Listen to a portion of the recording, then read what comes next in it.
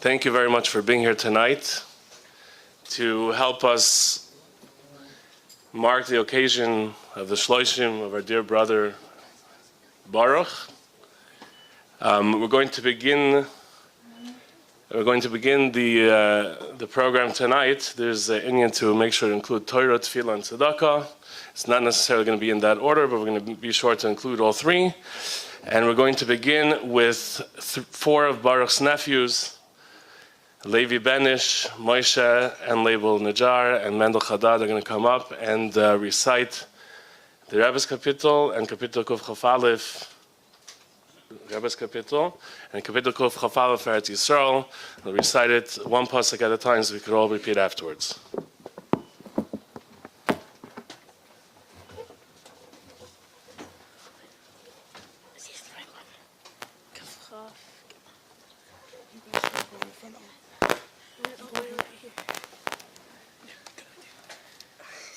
Right, here we go. 3, 2, 1, go. Shema L'Yisrael Yesh B'Shamayim. Hinechei Avodim Lo Yad Adonai K'nei Shechla Tigerta K'nei Linu Adonai Linu Ad Shechanenu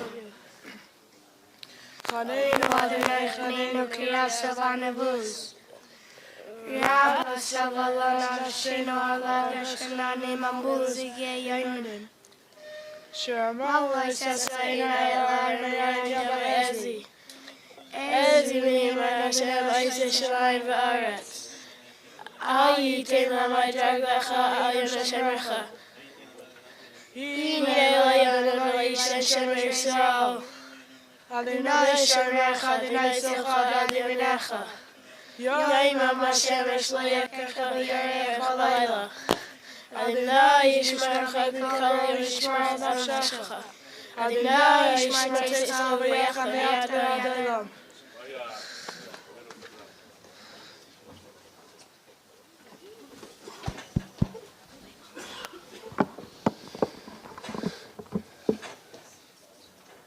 Throughout the period of Shloshim, as you know, the minhag, the custom is to study the entire Mishnayos. It's split up amongst members of the community, friends, family, and others, with the plan to be finished in time for the Shloshim.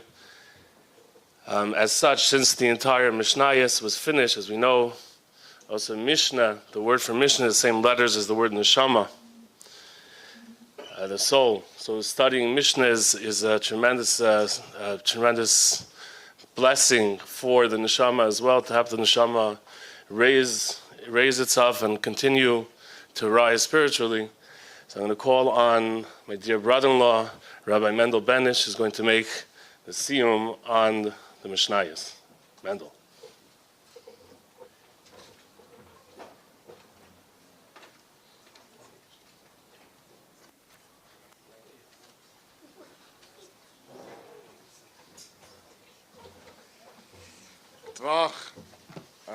It's a great honor and privilege to be making the Siyum Mishnayos, representing everyone that learned all the Mishnayos for the past month, and the family really appreciates everyone joining together.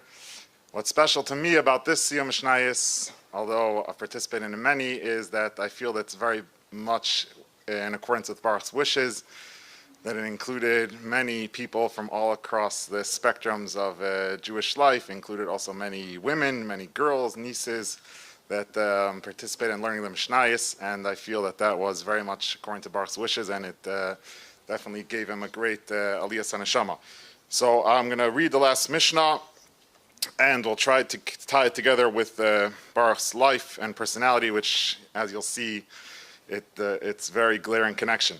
The last Mishnah reads as follows: Amar Rabbi Shua ben Levi, Asar Kadosh Baruch Hu lahanchel l'chol tzadik v'tzadik shleish me'as v'asar eilemes. That with the coming of Mashiach, hopefully speedily, every tzaddik, which, as we know, the Rebbe always quoted the pasuk v'amcha kulam tzadikim, refers to every Jew, is going to merit 310 worlds.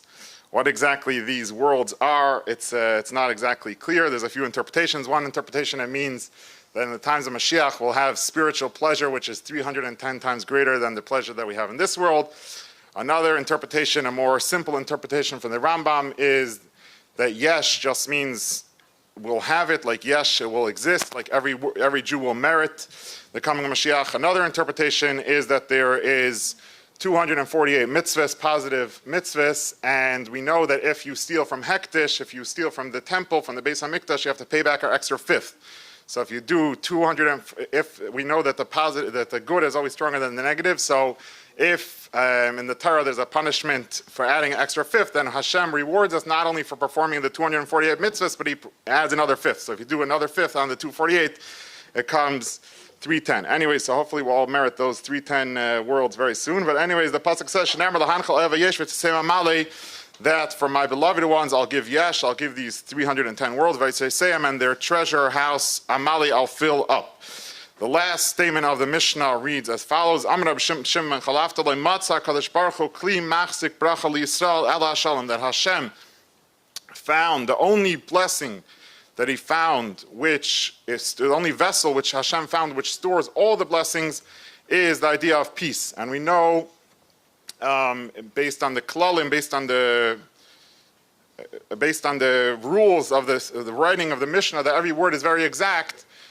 If you say just a positive, that shalom is a good thing, that's strong. That's strong point on its own. But if you say loy matzah ella, that if he only found the only vessel for the Jewish people to have all the blessings is peace, it means this is the only way to have all the blessings. And obviously, when you think about Baruch, what comes to mind obviously is right away the idea of shalom, of peace, of bringing peace. First of all, bringing peace between each person and himself, feeling at peace with himself. That's also not so simple, but also bringing peace between people and in different stages of life, whatever it is. That's something which we don't need to think deeply to find the connection with Baruch, but it's obviously striking right away. And as the Mefarshim point out, that this idea of peace is stressed at the end of Mishnayos. You have the idea of peace at the end of davening. The last bracha is Amavarchas Am Yisrael B'Shalom and peace. And also at the end of Birchas Kohanim, which was actually the last conversation that I had with Baruch, was actually on this topic of Birchas Kohanim, because Sunday after Simchas Torah, when I went with him to the hospital, so obviously his first question, after a few hours of not being able to speak, his first question was, what did you bring Simchas Torah? So I had to come up with something really quickly. So I told him that I was learning a Farbrengen about the Rebbe was speaking about every Yid should bench another Yid, even not a Kohen, every Yid should bless each other with Birchas Kohanim. Obviously, he told me right away which year and the whole story behind it. But the last conversation that I had with him, he was discussing this idea of peace. So obviously, it's very fitting to discuss this point, which obviously that was his whole life. And the Mishnah ends off, Shneimar, Hashem, Islamiyit, and Hashem Yivarchas Am Hashem, that Hashem gives strength to his nation, and Hashem should bless the Jewish people with peace. So that is, of course, my blessing to Hashem's blessing and to us all, that we should all have the strength, the family should have strength to carry on in Baruch's ways, and Hashem should give us, and all the Jewish people and all people all around the world should give us lots of peace. It's customary to tie together the end of the Mishnah and the beginning of the Mishnah. So also the beginning of the Mishnah talks about Kohanim, that the time to read the Shema, the earliest time to read the night Shema is when the Kohanim can eat Truma, which obviously we know also Kohen is the idea of peace. Aaron HaKohen was Ayav Shalom V'Reid of Shalom.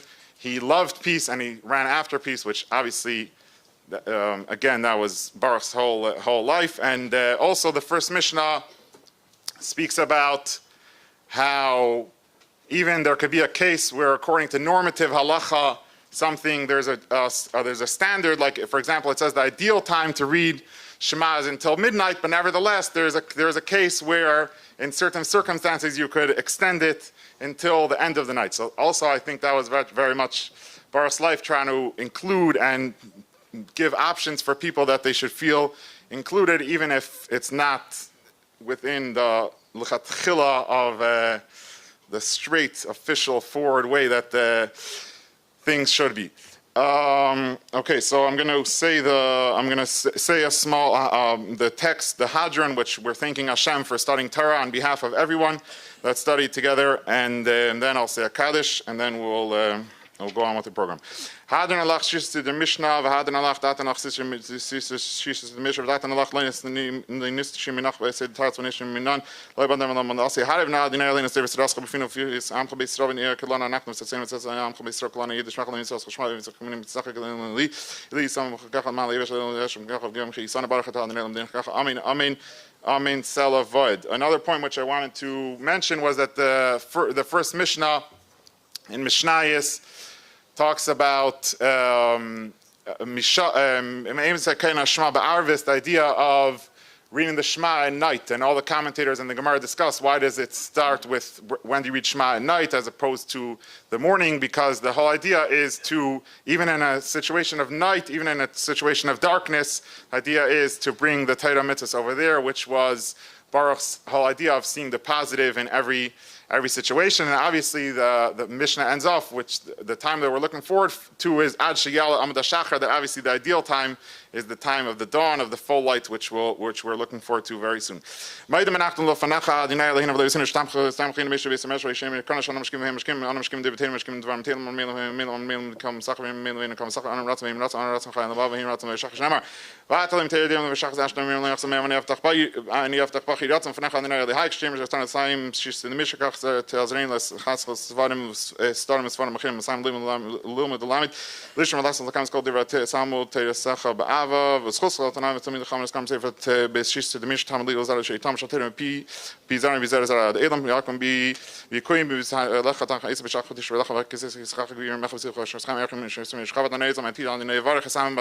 Mizrach is this way, I think? Iskada Shmei Rabba. Bam der Rest wir haben Gott wir haben kann mit Schiche. Gegen wir mich heute habe Israel Gott man kann wir amen. Hey Shmei Rabba war Allah mein ist Baruch ist Baruch ist Baruch ist Nasser Service Level Allah Shmei Kutcha Bricho. Leilem kann khas Fishat Spaß nach Master mir Mama von mir. Amen.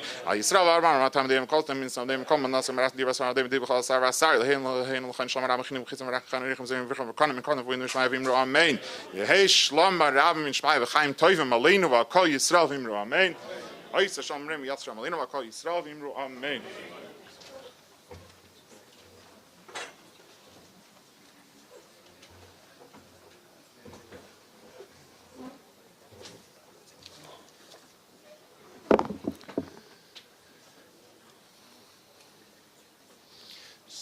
Good vach and good evening again to those I didn't wish good evening to yet because you arrived after before. Good evening. Thank you for being here.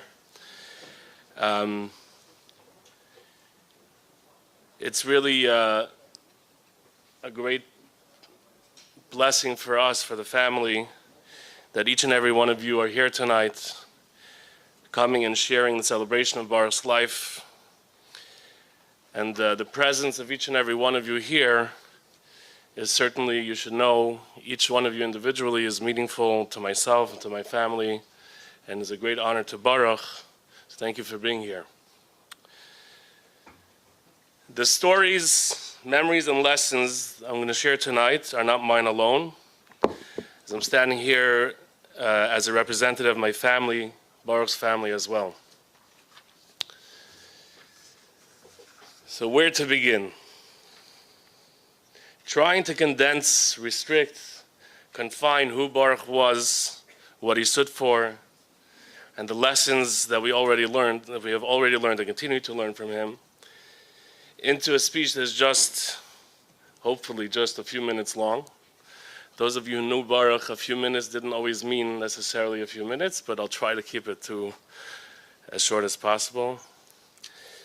But being able to confine and condense Baruch into just a few minutes seems impossible to do. I'll try my best to honor and pay tribute to Baruch in a way that he certainly deserves.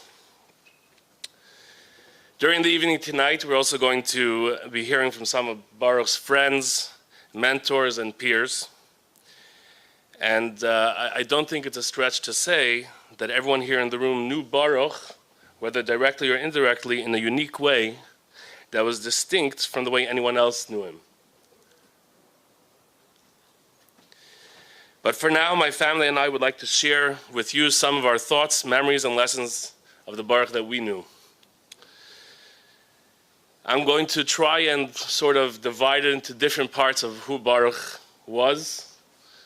As you know, he had many facets, he had many periods in his life, and definitely wasn't, a one-track kind of person. So I'm going to try to pay homage to everything. So I'm going to begin with Baruch, the beautiful, gentle, genuine, gentle, respectful, and caring person.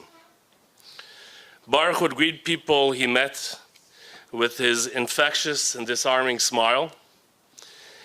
In whatever setting they may have met, and especially if the person might have seemed like they felt a little tentative or uncomfortable, he had a way of ensuring in a subtle manner, and usually with an unnoticed gesture, that they would feel at ease. As I was looking through some of the many videos and photos of Baruch that have been shared since his passing, and at this point I'd like to also thank everybody who's been sharing and sending all this footage and stories and so on, and please do continue doing so. We appreciate it very much. I noticed that some of these habits of his that I had not really taken note of or appreciate as much as I should have before. In one example, it's just a small example, it was recent, there was a Farbrengen where all those present spoke in English. This was at his 55th birthday. Some of you here were present. So everyone there was a native English speaker, with the exception of one bacher who only spoke in Hebrew.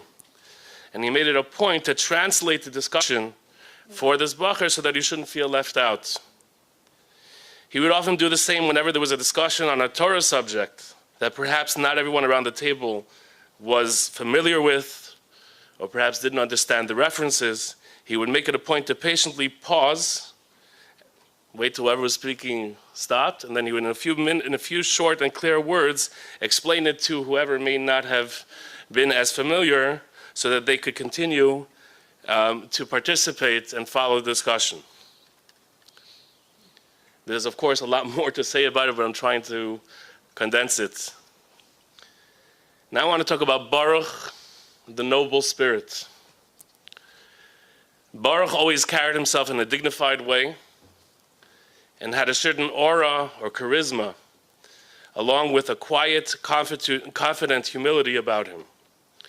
In his own unassuming way, he was able to make people of all ages and stripes feel comfortable in conversation with him, and that they should never feel inferior, even though the person he would be interacting with was rarely, if ever, on par with his own knowledge and understanding and insight. Baruch had exceptional character traits, exceptional midos. As I mentioned before, he greeted everyone with a kindly, inviting countenance, had a very humble manner. He demanded very little of those around him for himself, and lived without any materialistic endeavors or desires, really. He was simple in that way. Baruch also had incredible derech eretz, incredible respect and honor for his parents.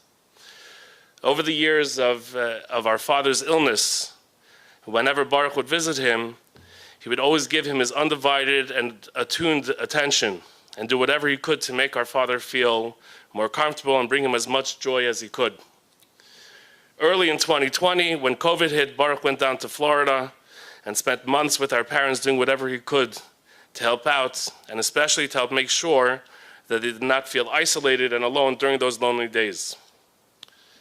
After our father moved back up to New York, on many occasions, Baruch would bring along some of his chaverim, including Shmuley, who I believe is here tonight. I saw him before, I don't see him now, but he's somewhere, and Levi, to play music and sing for him as well.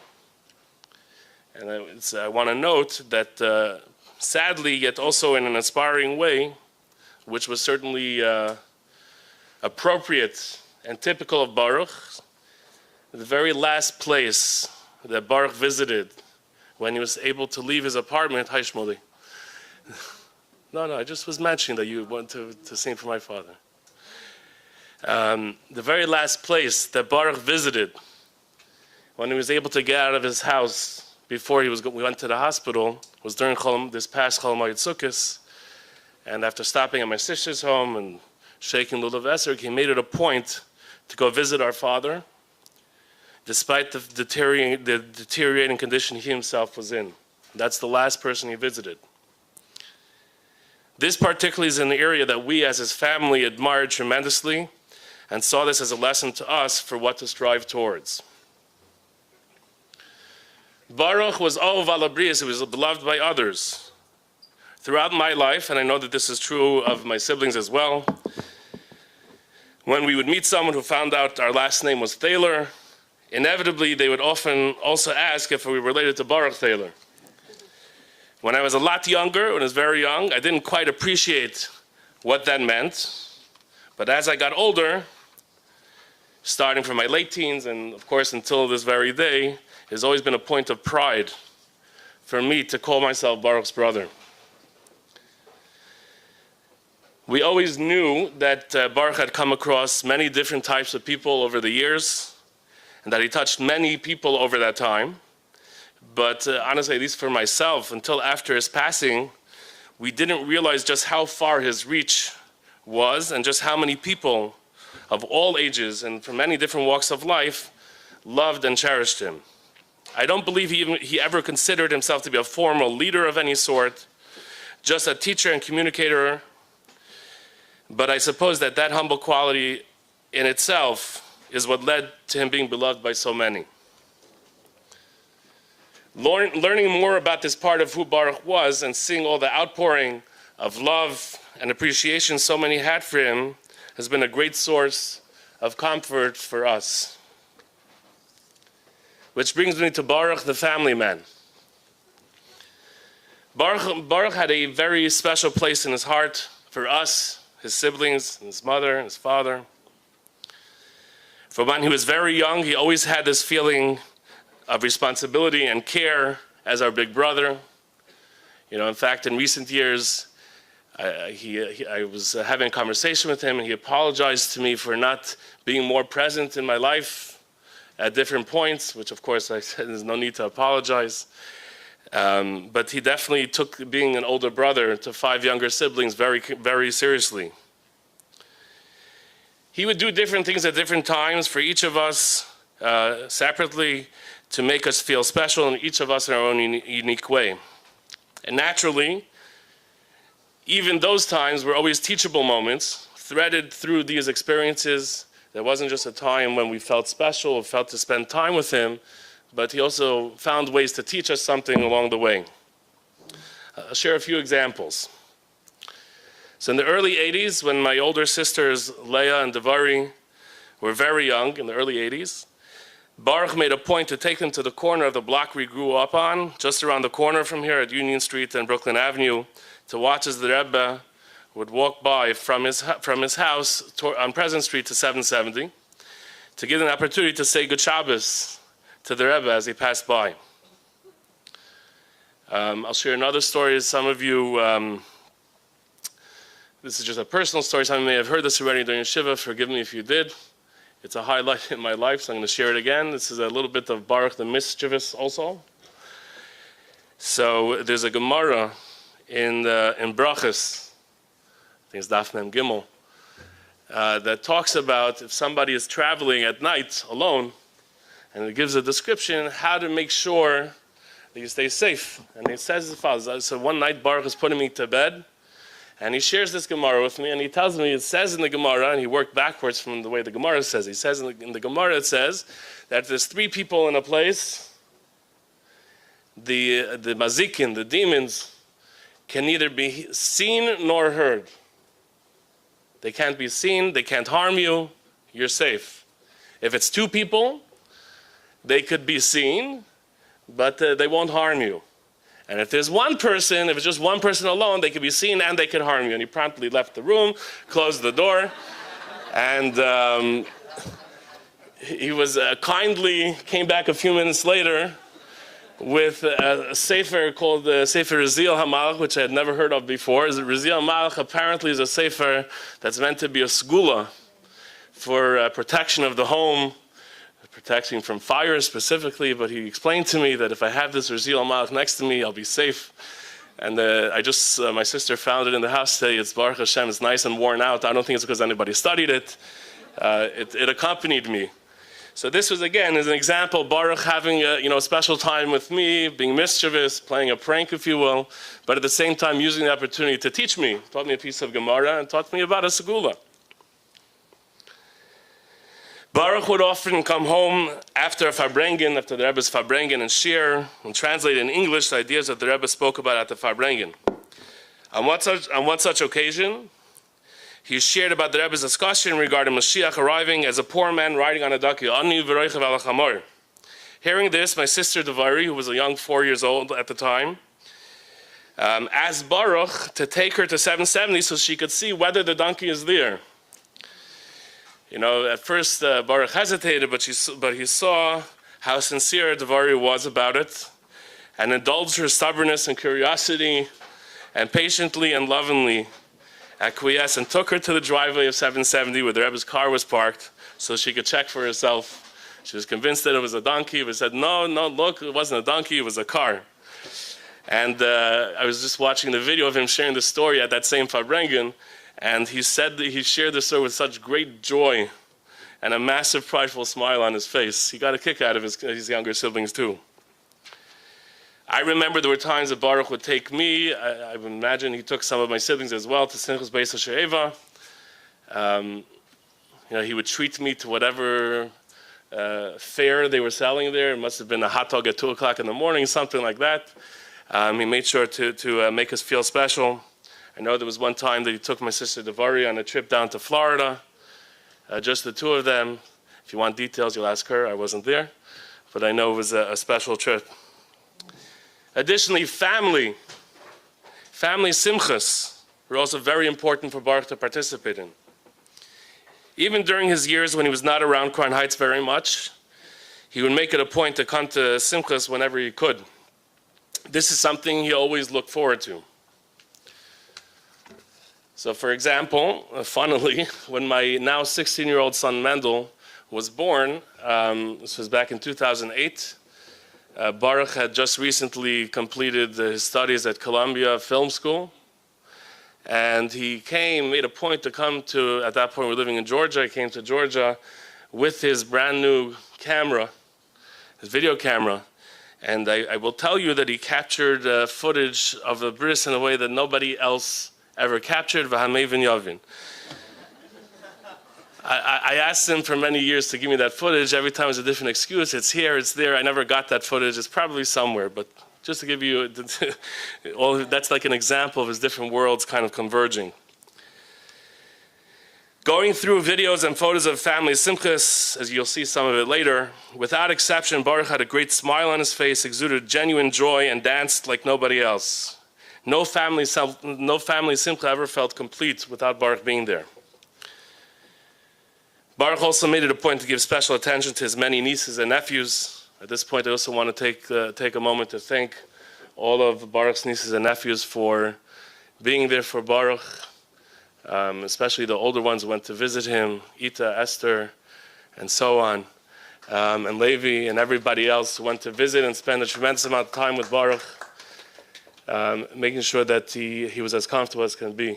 We really appreciate that. More recently, I know that he had spent many hours, even during his illness, with my nephew, Levi Benish, asking him about what he learned and patiently answering a lot of his inquiries, especially about old Sifrei Kodesh that Levi had found. And he took great joy in spending that time with him. Baruch was beloved by his family, but even more so, we learned that he loved his family tremendously as well. Baruch, the scholar and teacher. Baruch always had a tremendous thirst and drive for learning and exploring in all areas of scholarship. He delved deeply into so many fields of study, including Torah, Tanakh, Talmud, Midrash, Chabad Hasidus, many other Sefer Hasidus, Kabbalah, worldwide Jewish history and culture, Hasidic history, culture and song, Chabad history, culture, and music on the one hand. On the other hand, we know that he was also a polymath of sorts, in other fields of scholarship, including philosophy, arts, film, history, culture, various paths of healing, and countless other areas that are too numerous to mention. Throughout his studies, even when he was already very advanced in a particular field of study, he was always a humble recipient and attentive student of whoever his teacher was. In truly extraordinary fashion, he retained all of what he learned, unlike myself. He definitely, through many times since Baruch's passing, we're trying to remember a certain detail, and we turned to each other and said, Baruch would have remembered. Baruch would remember those details. Benevolently, he was happy to share much of what he learned with anybody who he felt was inclined to listen. For him, this was not a distinct activity that required of him to put on his teacher's hat per se, but rather it was an innate part of who he was, which was to know and to share. In the Tshuva that my sister Leah prepared for tonight, you'll find some of his scholarly endeavors printed, ranging from a long, complex essay on Chassidus that he wrote in his early 20s, to a more recent project he was working on translating the Russian documents related to the Alter Rebbe's incarceration. As I see it, for Baruch, studying and teaching were not two separate endeavors. For him, learning, sharing, teaching were all just different facets of the same experience of scholarship. Over the years, this is a personal note, over the years I always had the good fortune when people learned that I was Baruch's brother, they just assumed that I too must be intelligent and knowledgeable. But who am I to correct them? And to tell you the truth, this was not something that ever made us envious. On the contrary, it was a quality that we so admired, and his love of learning was something that till today, I know for myself, and I'm sure for my siblings as well, is something that we aspire to. And I'm sure that much of my own interest in learning and discovering was influenced by him as well. In more recent years, even more so since he moved back to New York around 2019, Baruch was fully immersed in spreading the warmth, light, and inspiration of Torah and Chassidus with the many seekers he came in contact with.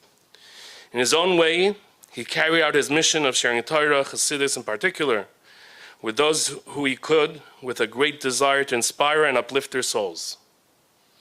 Which brings me to Baruch, the Baal Nigunim. I say Baal Menagin, I say Baal Nigunim, and I'll explain why. Baruch, as you know, had a beautiful, sweet, and delicate, soulful voice. He had a deep appreciation of Nigunim in general, and the Bavish Nigunim in particular. He was very careful to learn the Nigunim precisely as they were intended to be. Baruch and I would often sing together at the Shabbos or Yom Tov table. For me personally, this is one of the ways that I also had a special connection with him. As many of you know, in addition to Baruch's own beautiful renditions of existing Nigunim, Baruch also composed many Nigunim of his own, or more accurately, as Baruch would describe it, Nigunim that came to him in different situations. In more recent years, even more recent years, he composed Nigunim in all areas of Jewish life, including Nusach, Haggadah, different parts of the Ksuvim, and Chassidish Shavertelach, like Trach Gut V'Zayin Gut, Think Good It Will Be Good. These songs have brought strength and inspiration to many. And as a side note, many of these are available on various platforms online as well. I encourage you to look it up, and God willing, we hope to work on publicizing or producing more of his compositions, let's call it. Back in 1994, during the period leading up to the Rebbe's passing, he composed lyrics that he set to an existing Hasidic tune, describing the deeply emotional experience it was for him as a Chassid, standing by as the Rebbe faced immense medical challenges. Which brings me to Baruch the Mekusher. Throughout Baruch's life and throughout his many travels, and I guess you could call it his various iterations, Baruch always had a deep personal connection with the Rebbe. Even when going down paths that would not be described necessarily as traditional Chabad or Hasidic paths, Baruch was always inspired first and foremost by his mentor, the Rebbe. Throughout all his journeys, studying Hasidus in general, in particular the Rebbe's Sichos and Maimar and the Rebbe's talks and discourses, was always a part of his regular studying regimen. I believe that in his own way, he founded much of his own path on the lessons, principles, and teachings of the Rebbe. Which brings me to one last part of Baruch that I want to highlight tonight. Of course, there's so much more that's been left out, and perhaps I invite all of you after the program to sit on Fabrang and we could share more. But one last point for now. And this is Baruch, the optimist and anticipator of Geula. Throughout Baruch's recent illness, Baruch made it a point to always make decisions about his care with the greatest positivity mindset. In this way, anytime a treatment or course of care was suggested, if it meant that there was a chance that it would extend his life, he was on board without question. We believe that this positive outlook helped him outlive his original prognosis by more than a year. One of the things that many did not know about Baruch, and even I only recently learned more about, is that Baruch had a tremendously strong faith in the Geula, the redemption and the coming of Mashiach. He not only believed in the coming of Mashiach, but had a great yearning and eagerness anticipating the final Geula, the final redemption. And I believe that this infused and informed all of his own teachings and inspirations as well. And to conclude, the Rebbe always talked about V'acha yitin aliboy, the living should take to heart. And Baruch, in his far too few years, brought a tremendous amount of love, kindness, scholarship, nigun, joy, and inspiration to the world around him. And may we merit to be able to emulate these special traits and to finally bring about the Geula Hamitzvah Shlema immediately. Thank you very much.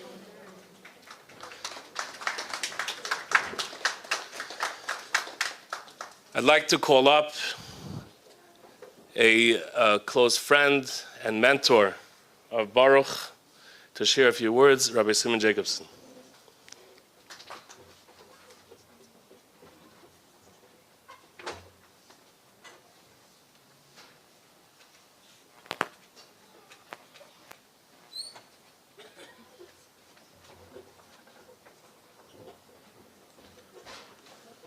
Good Tavach to dear family and friends. One of my earliest memories meeting Baruch goes back probably to the early 80s. A Chassidish Bacher in Halatera who was always unassuming, but I always saw come around to Chazara when we would review the Rebbe's Farbrengens. And just in general, a very curious and inquisitive individual. And from time to time, he'd approach me, not in any formal way, as I said, very unassuming. So, as I said, one of the earliest memories was he came and asked me a question in 770. He was learning, he said, in a Maimer Chassidus, a concept that cites the Holy Arizal in Eitz Chaim, expression, a Kabbalistic phrase that says, Mehisavus ha'er nasa keli. I'll translate, that's Baruch would, right? From the thickness, Hisavus from the word av, like thickness of the light, of the energy, the container is created. And he asked me to help him understand what this means. Because generally speaking, you talk about a and a keli, and simple in English, let's call it an energy and a container, they're very different. You know, a light bulb is the container, the electricity running into it is the energy, and they're not the same thing. And the electricity doesn't create the container. You need to have two separate, and here, it appears that the energy itself creates its containers. So we had this relatively lengthy conversation. I can't tell you I remember all that was discussed. But you know, in these type of conversations, you get to know a person a bit. because it's not superficial and it's not for show and for any other reasons. It's really just simply trying to understand the concept and idea. So I wasn't surprised when I opened the Shura, the booklet that you prepared, and I see the first essay is a 10-page profound essay on one of the deepest discourses in Chassidus, which I didn't know that he wrote. I'll study it later. But everything is divine providence, Hashgacha Pratis. So really, what is this concept? And then, as I think now, here we are in the Shloshim, years later, and in retrospect, in many ways, this seemingly random discussion we had perhaps reflects a very essential character among all the other details that were mentioned about Baruch. I mean, it's not an exaggeration to say, exactly as you just described, the diversity and could even call it a rainbow of so many different colors.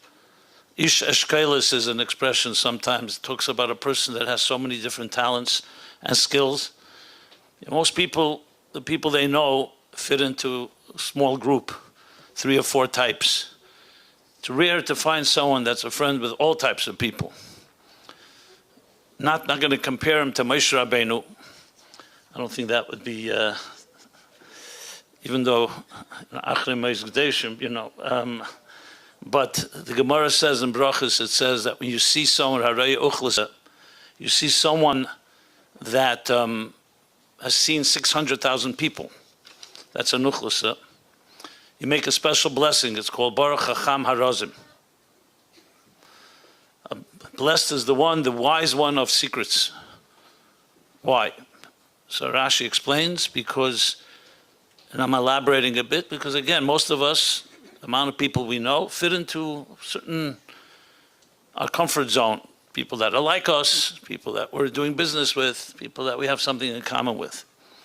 But someone that can contain and relate to 600,000 different types of people, that's only a wise one of secrets, and it's only Moshe Rabbeinu that we say that about. But nevertheless, there are individuals that appear from time to time that have that element. And it's not so simple, because many of us are actually not so comfortable with things that don't fit into our comfort zone, into our structure. And that causes people to become judgmental, and we stereotype and we have prejudices because we're not comfortable with certain things. But anyone that has faith in God knows that life is a mystery, and each soul's journey is a mystery. And that mystery takes us through the ups and downs and twists and turns. Many of us maybe only carry those secrets inside. But the fact is, some people, you see it more in a more obvious way. So though I cannot call myself as a colleague of Baruch's, because I was in the same class of his, I was a little older, but I did know him back then. And then the last years, we happened to just reconnect. We'd bump into each other, he'd come to my house, Fabring, and so I'm not surprised by some of what I've heard here and what I've seen.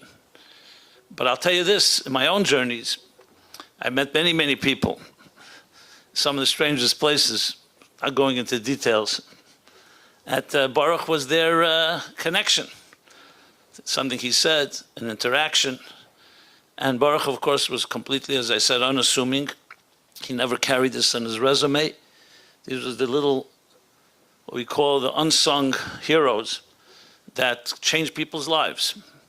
So I can personally testify to that. And again, the diversity. I remember, this was probably in the late 80s, 86 or 87, I think, 1987. And since Hanukkah is coming, so I think it's very fitting. So I prepared, at the time, Rabbi Metzger had a institute called, what was it called, when he did the advertisements, the Chai Foundation, what was it called? Yeah, so he did these full-page advertisements, the New York Times, And he came to me to help him compose an ad for Hanukkah. So I did that. I called it Whispering Flames, based on the Friedrich Rebbe's statement that we have to listen to what the story that the flames tell us of Hanukkah. And we took 3 or 4 messages about illuminating the dark. A little light dispels darkness. Every day you have to increase in light. The different colors of the flame. And I prepared it and sent it into the Rebbe. And the Rebbe edited it quite extensively.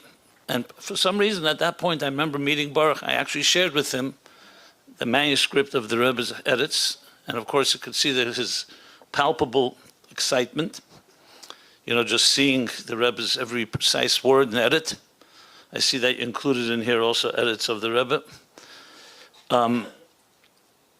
And the 2 edits that I'd like to mention, there's a lot of edits, but one that, especially the one I want to emphasize, but I'll already mention the first one.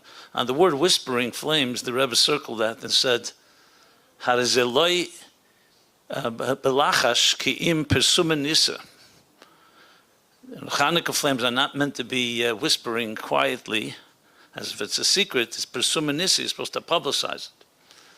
Now, trust me, I didn't have any issue with that the Rebbe didn't necessarily appreciate my poetic license, because obviously whispering doesn't mean physically whispering, but even the impression that it gives off that it's somewhat like undercover was already, for the Rebbe, not accurate. So we had to figure out, I think we ended up using Once Upon a Flame or the Story of the Flames, I don't remember what it was. But the main one I wanted to emphasize was the second edit, where we wrote there in a line I wrote that just as there are different hues and colors and shades in a flame that are always changing, because a flame is always flickering, so too in life, the different colors and the different hues and the different shifts that we all go through all add up to one flame that connects to God. So the Rebbe circled the words changing flames, and he asked which color exactly changes. The colors don't change. The blue remains blue, the red is red, the yellow, yellow, the white, white. Yes, it flickers, and there are different colors. So simply not accurate. So now, when I'm thinking back to Baruch's original question to me, that from the energy itself come the containers, and Baruch himself personifying, we can call it a colorful life, a diverse one, probably more than we'll ever know, because we'll never know all the people he met and all the people he touched. So you'd think that the diversity of the colors and the different shifts are all separate. No, they all come from the one original light. And even though they're different colors, they're all connected to one light and they don't really change. And again, in God's mysterious ways, why some souls stick on one path, on one highway, and never diverge and never go off, and experience things that are so-called outside of the pale. We'll never understand these things. Different souls have different journeys. And when I think of Baruch, I think of that because, again, just from the few people I've met, and some of them are here, many are not, I could see that a soul, a wandering soul, that in a way, a spark collector, if you wish, using a Hasidic terminology, sparks. They're divine sparks that have been scattered all over this earth. That's the whole point. They're not organized. We don't know where they are. They're all over. And as we, each of us travel, so we're allocated a certain amount of sparks to elevate, and then there are the souls that seem to be able to find or connect to sparks wherever they may be. And some are, especially in our day and age, as the Rebbe Rashab says, the sparks are so scattered we just have to grab whatever we can get because we don't know where and when we'll meet that person again. So we don't need to have a whole strategy, and it's always not going to be figured out. At the time of the Beis Hamikdash, things were very organized. All the Jews were in one place in Jerusalem, in Israel. But in Golus, when we're all scattered, it's not just physically scattered, they're also emotionally scattered and spiritually and psychologically scattered.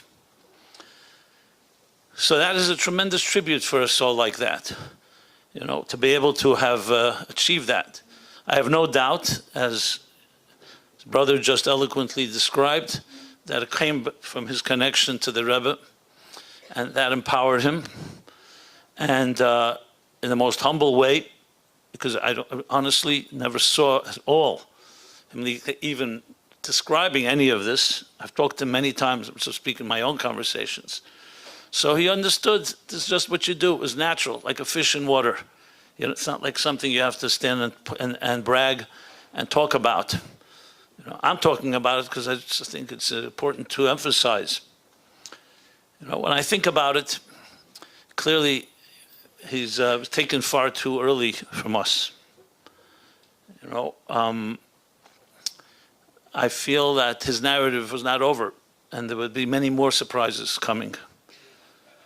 You know, I visited him in the hospital as his family's request. They called me right before Yom Kippur.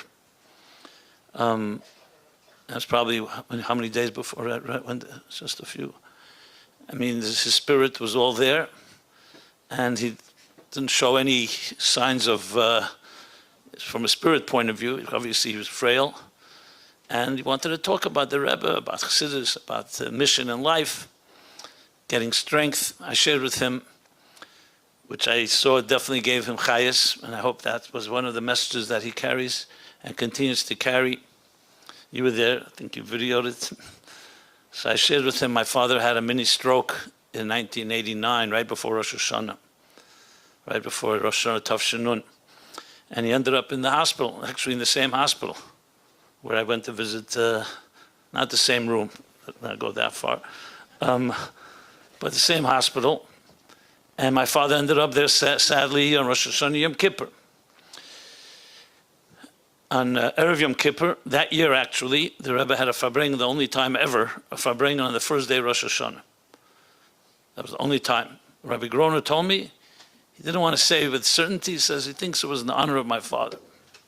And the farbrengen, the Rebbe did ask me to say L'chaim, but I don't know if it was in honor of my father, but there was a farbrengen. But Erev Yom Kippur, this I can tell you, because that was happened with me personally. I was called by the secretary of the Rebbe. He was looking for me early Erev Yom Kippur, the day before Yom Kippur, which was literally when I came to see Baruch years later.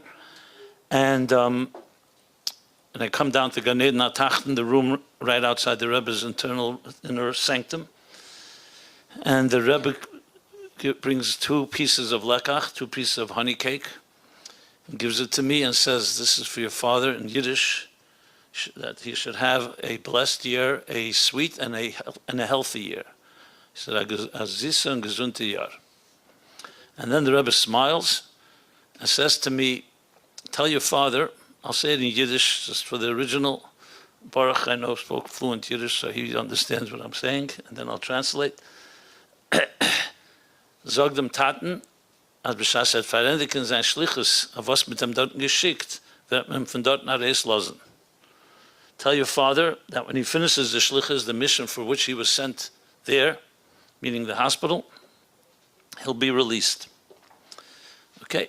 Of course, I ran right off to NYU hospital on First Avenue and 30 whatever street.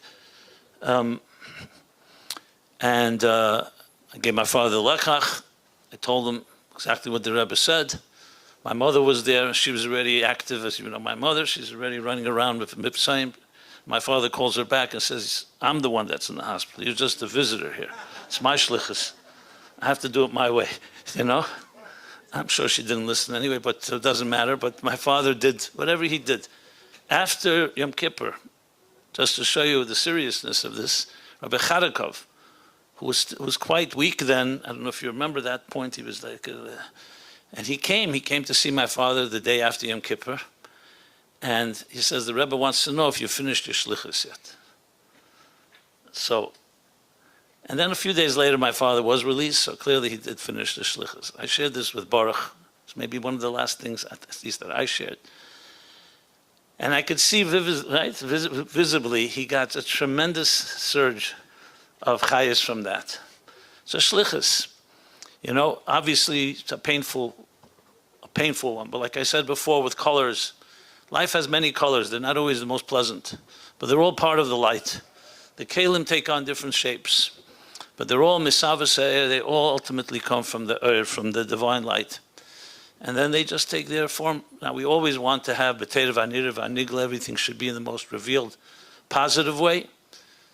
But I could say without doubt, I did not see, and I'm sure you guys can testify to this, the family, one tinge of anger or bitterness or like why, or all those feelings that are of demoralization and disorientation that comes, none of that.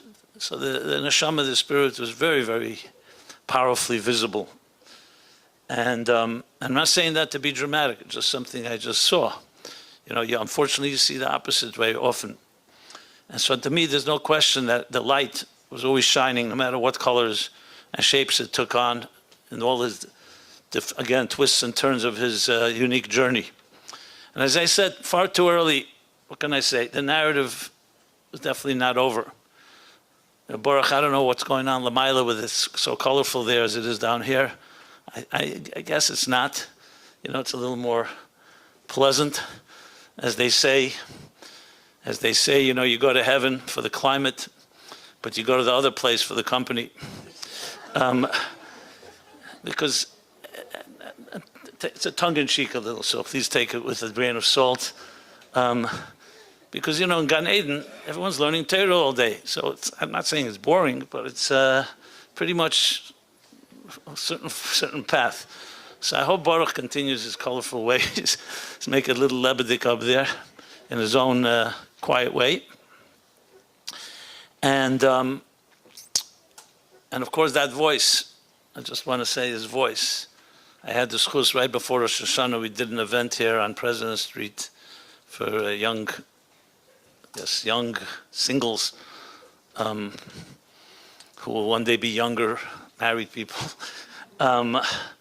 And Baruch showed up, and he was pretty weak, but he began to sing one of his classics, the end of the Maimer of Bas Legani, where the Rebbe says that V'niska, Zenzich min Rem Dalamata, Masaret Tvachim, that we should merit to see the Rebbe down here, down below, V'hu Yigalenu, and he sang it with the tune of Shamil. And initially I was going to help him sing, but I saw what a voice. I never heard him sing before, to be honest.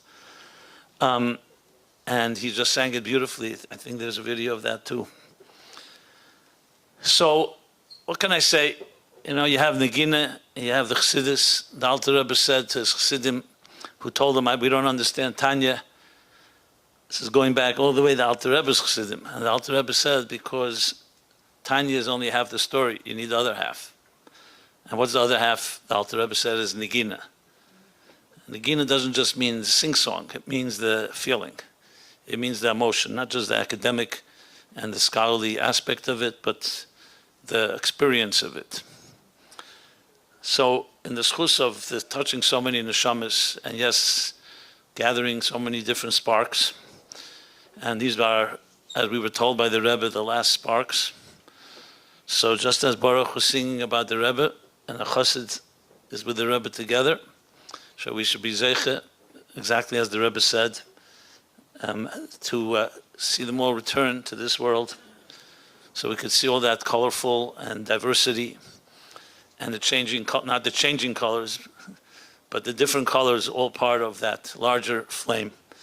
So no matter how the kelim manifest, and even though they come from the hisavos, the thickness of the air, but they all come from the air. So ultimately, it's a all-pervasive divine unity that just encompasses all the diversity in all its strangeness and all its bizarre forms and shapes that it takes, but all connected ultimately in fulfilling that mission.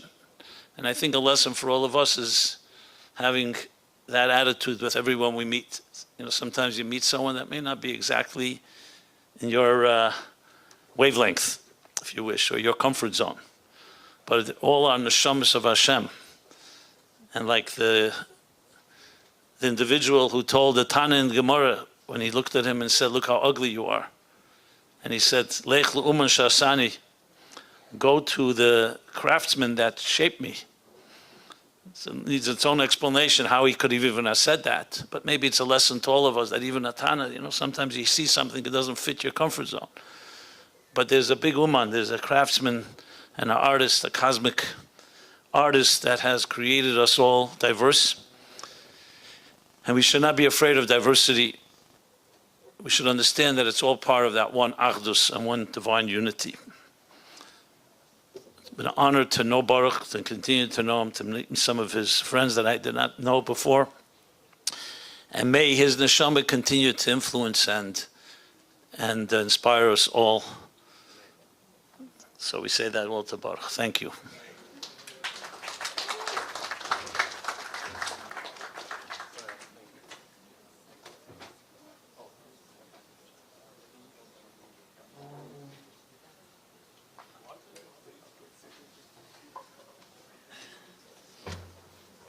Okay, in the spirit of moving it along, so one of the people that I always saw and associated with Baruch back from the early days and ongoing was another colorful soul, my dear friend Eli Mishalovin, who was also a classmate of my brother, my youngest brother, who you may know. And I remember same world, the Rebbe, the Sichos, the Maimorim, that whole world. Again, it wasn't my class, but they saw them. They also come around my father's house a lot. My father, I guess, was maybe the original Bohemian. As a journalist, was a little different than others. But, so I want to call up our dear friend, Eli, who knew Baruch probably maybe better than anyone. I don't know if that's the right way to put it, but we'll see. He'll share what he wants to share. So please, everybody, Eli Mishalovin.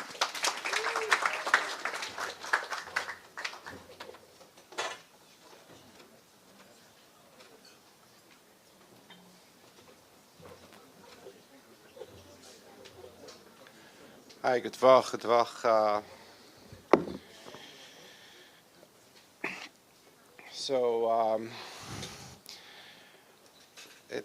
It's difficult to speak about Baruch for many reasons. First of all, it's just very hard to, emotionally hard, and also, he's being as unique and eclectic and diverse and dynamic as he was.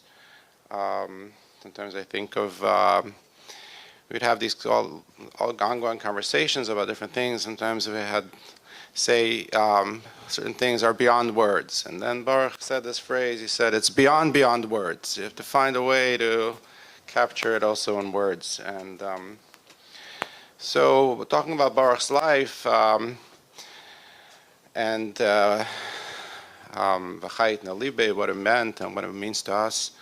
And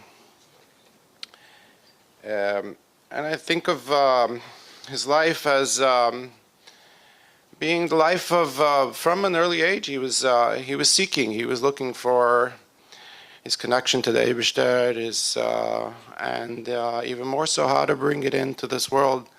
So from, he was a little boy and he found his way to Yiddishkeit and to Chassidus, and he completely immersed himself in learning, and that was really became part of him. But there was something else that he wanted. It's something that, we talked about, growing up, where that I've always spoke about how we want to have the Geula. We want to have something revealed. We want to have it in this world, and it should be that we all experience it.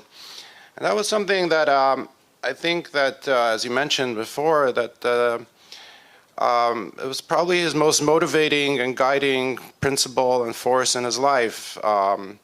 So there was many aspects to him and many people, all different kinds of people that he connected to. But besides all the people he connected to, he was also, a scholar and immersed himself in deep study, and in a very unique way that, not only did he learn a lot of Chassidus, a lot of Torah, and read all, but he also found a way to make connections that was between that he his knowledge kind of created like a corpus. It wasn't like just random or things that he picked up. And it was true also in his life. He had this thing where he found Hashgacha Pratis and everything in his life, that he found the connection and how it related to him, how it related to what he did in his life. And but that was just the setting the stage part. That was just the beginning. He always felt that it was meant to be shared, meant to be experienced. So he would try to find a way to teach and to bring out as much as he can what he took in from the Rebbe, from his learning, from all his experiences. And especially in the last 5-10 years of his life, he really dedicated himself to doing that. After spending many years almost like a hermit, he spent countless hours with diverse, many kinds of people from all different walks of life to share with them what he absorbed. And he had a very unique gift to convey things and relate things, and also relate to people. There was something very special about that. I think of sometimes as Baruch as like a walking Verbrengen. What is a Verbrengen? A Verbrengen, so there's different translations, and we sometimes have these conversations and talk about how to actually precisely capture certain words and translate it. So we usually say get together, gathering, meet up. So maybe get together is like when two people get together. It's like, or when people get together. There's a word the Rebbe said once to Mendel Futterfass that what's a Verbrengen? A Verbrengen is based on the pasuk. It says, Verbrengen is father says, Hayivadu shneim yachdav bilti im neadu. That when two people meet together, it's because they were destined to meet. And that's really the nekuda of a Verbrengen, that when two people meet, that it shouldn't just be a random encounter, but that's meaningful and meant to be. And you could say that that's kind of how Baruch guided himself, that he met people. It wasn't just like he met a person. He met a person, he met their neshama. And he found a way to always communicate with them and they're on their level, on that person's level. If it's through a vart, through a niggin, even sometimes through a smile. And countless thousands of people were inspired just by his presence, just by seeing him, just by being in, and having something that he always found a way to share. And so it was his Hashgacha Pratis that he found that not just the Hashgacha Pratis in his life, but the encounter that he had with other people to like he said, lift up the spark or lift up their soul and bring out what he can with them. And then he had like deeper connections with a lot of people that are not known so much, but scholars and other younger people who didn't have direction in life, and he gave them direction in life just by being there for them and just nourishing them in their pursuits, in their interests, in their scholarship. Something that we all need right now, and that was part of his Gula quest. That the idea of Avos Yisrael, the idea of connecting people, was something that he really lived with. That he founded these different organizations to bring people together from diverse walks of life. That's just a kind of nekuda of one of perhaps what inspired him most was to actually not just to quest and to want and to have like he would say, revealed everything. Things should be revealed, but actually work toward it and dedicate himself. I know in the last years you've spent countless time, hours with even young Bochurim and talked with them about stories about what was like with the Rebbe and growing up, and he had his memory of these events were very like alive, and he really brought it out to them. And these were the kids that he didn't have these experiences, and somehow he brought a new chayas to them, not just with the Rebbe, with Chassidus, and he would say that he actually found that it revived him because he found also a new chayas that the last years he would have the shir that he would go over the sichas of the last Aleph Nun Beis, and he said by going over it with these young bachurim, he was found that very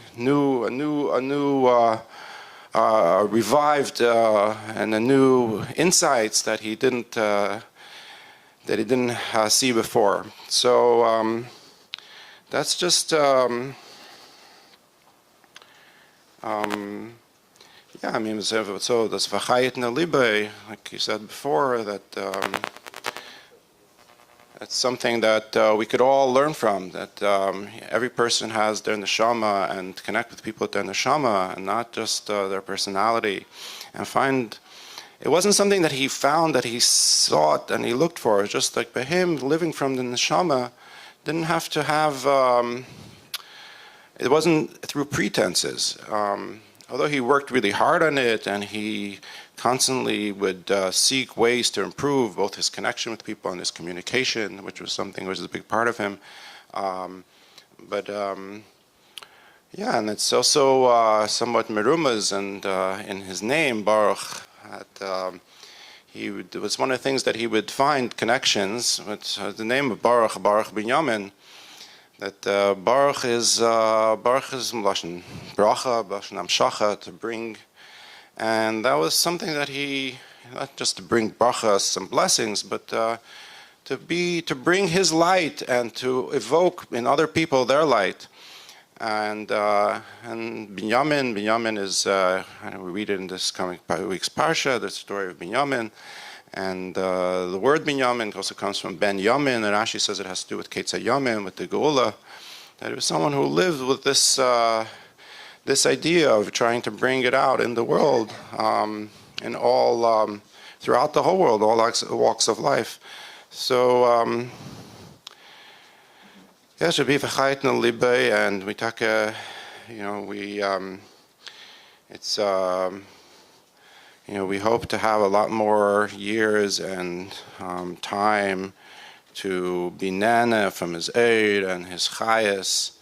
Unfortunately, Starim Darkei Hashem, we don't know, but we do have his nigunim and his writings and his shirim. And a lot of people already told me that they found the inspiration in the last since last month from Baruch's Nigunim, that his Nigunim itself were uplifting and positive to them in this time where they felt this loss and this difficulty, that Baruch infused in them this continue to go on, to trachgut v'zayngut, and to really keep a positive attitude. And I just want to say one little story, saying about Baruch as about Menagan, about Nigunim and Nigunim, that he was very medayik, not just in Nigunim, but also in his writing and his learning. He was a daikon. He was very precise, to be precision, and he studied also Nigunim. And in Nigunim, there's there's kvetches, there's where the high part goes, the low part, how to sing a nigun. And it's related, like you said, to Chassidus. He says, have a choshen negina, have a choshen Chassidus, because it's an edel, a subtle thing. So there's a little story that it was a few years ago. It was Shavuos. It was the last Shavuos before Rabbi El passed, and Baruch went to him in his house, and he sang with him nigunim. Just singing with him, sang with him different nigunim. One of them is Kil Bayar. And Rabbi was when Baruch walked out of the room for a minute, Rabbi said to the Bachrim there, he says, singt richtig. That he sings the Nigunim, he sings it correctly. He has that his chush and nigun he was able to give over Nigunim. So we have a lot of these Nigunim recorded, and his writings. Some of them are published in this tshuda that was given out, but there's a lot more, and hopefully find a way to actually get more of that out there in the world. There's a lot of writings that he started, a lot of things that he begun, that he would like to see. I'm sure that people should be able to read and be inspired by. So hopefully the V'chayit Nalibe will continue in other ways, that not just the memories of him, but even his teachings should be shared, and all in preparation as he quested and he wanted that should be a revealed good in the world, and should be that it should be with, like, with all the brachas, that should continue to bringing into this world this kind of this positivity, this light, this mission that he set for himself to do, and hopefully will continue, and he'll continue where he is to do it, and we shall all have it made of Yemenu.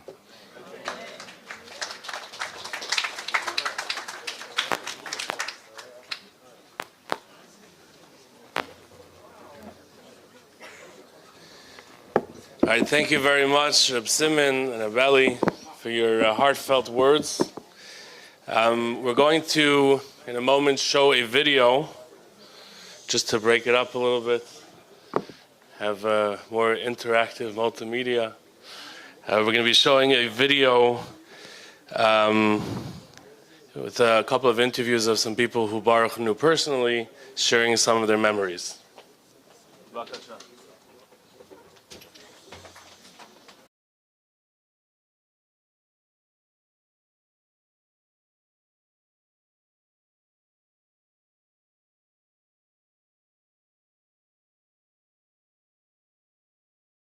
Very old friend of Baruch's. We go back to the end of 1986, beginning of 1987.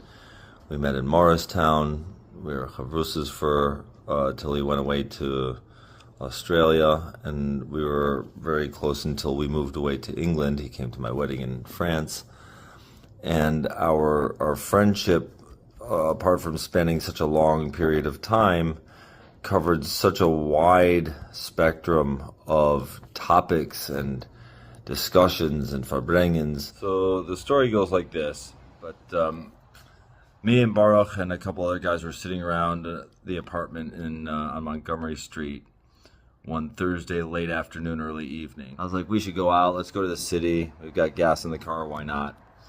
So we went to the city, and we got to the city, and then like, well, what are we gonna do? So they said, well, we went to a pool hall and shot some pool. I don't know why. I remember there being a discussion about René Descartes, who was a billiards aficionado based on the geometry of it, and we had a whole long discussion about the geometry of billiards versus pool, etc. And around 11 o'clock, we were like, well, we should go and do something. Should we get something to eat? We didn't know. So I said, let's go to a club. And we get to this club, and they have these 3 rooms, and it's each different music. And there's this sort of ante-room, the Preusdar, if you will, before you went into the Tracklin. And we were sitting there, and there's people milling about, and there's people inside the dance room and whatever, and we didn't really go inside. And somebody, there were a few of us. There's me, there's Baruch, and we started singing a nigun or something. It was weird. We started singing this nigun, and then Baruch started like saying this mimer. I don't even remember which mimer it was. It was a short mimer. It was only about 10 minutes, 15 minutes. He said it very fast. And there were a couple of people that were sitting there that had been listening, and then there were more people. There was probably about 15, 20 people that were sitting and listening. And somebody says, what was that? So it went into a whole farbrengen for like, I don't know, it felt like a long time. It was probably only about 45 minutes. And then it kind of dissipated, and everyone went about their way, and we did the rest of our night, and that was it. So the next week, we decided we were going to try it again, and we did it again, and the same sort of format. And we had more people. It was a little bit of a longer farbrengen. Anyways, we did that for like 2-3 weeks. 3 weeks. Just under a month, I remember, because it was like a Shabbos Mevarachim or something. We didn't go. We were up all night doing something else. And that was just sort of like, by the end, I would say there was, maybe 40, 45, 50 people. They were all hanging around listening to this mimer and listening to the nigun and hanging out and listening to the explanation afterwards. And it was just a really cool, chill vibe of unity, and that's what a makif does. Baruch had a very makif-dike persona, and it displayed itself on so many different wavelengths across a very broad spectrum of people and backgrounds, etc. Trach gut, wird sein gut, wird sein gut, wird sein gut. Trach gut, wird sein gut, wird sein gut, gut. Hey, trach gut, wird sein. You know, there are some things that one cannot express in words. A relationship, that it's just there. It's just so marvelous, and it's very hard to express in words. He knew so many fine points that, you know, whenever that he was able to explain. And in the beginning, it was kind of hazy because he was part of a group, and I did not single him out yet. After a while, he stood up. It was in the Karlbach Shul, and his personality somehow was very intriguing to me. I was so happy, you know, when it became a physical family and so on. Yeah. A very special family. I always thought of him as the original family. You know? A best friend is even sometimes closer than a husband and wife relationship, because you will sometimes things to a best friend, tell a best friend things about yourself that you wouldn't want maybe your husband to know, because he would think less of you. You'll diminish in his eyes if you admit to some negative feeling. But you can do that, you can say that, you can share it with a friend. So that's what friendship with him meant to me, that I don't have to worry what I'm saying. So it meant a lot. Yeah. Then we kind of connected, and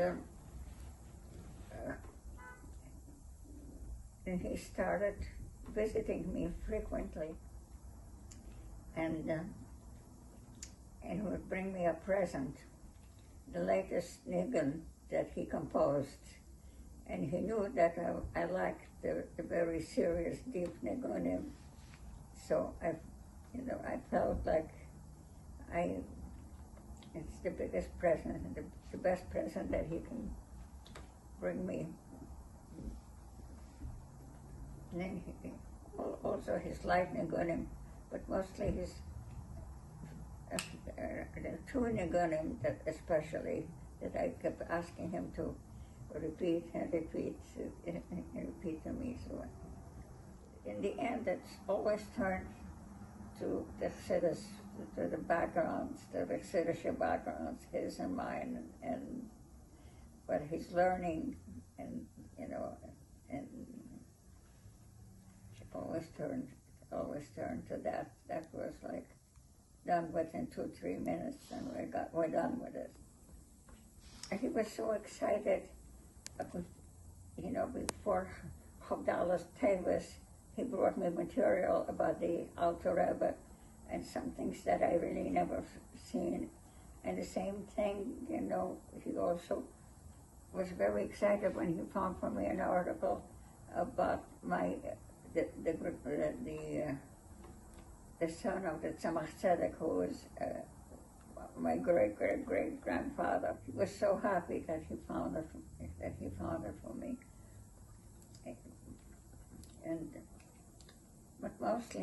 mostly his visits is amazing. I miss him very much. Gut, wird sein gut, wird sein gut, gut. Trach gut, wird sein gut, wird sein gut, wird sein gut. Trach gut, wird sein gut, wird sein gut, gut. Hey, trach gut, wird sein gut, wird sein gut, wird sein gut. Trach gut, wird sein gut, wird sein gut, gut. Think good and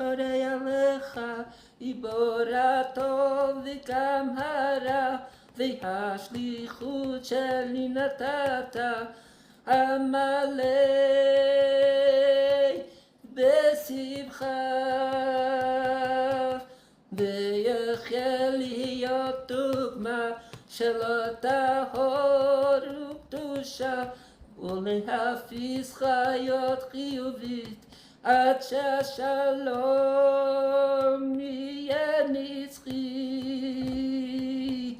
אם יש חיים אני חי. My name is Aaron.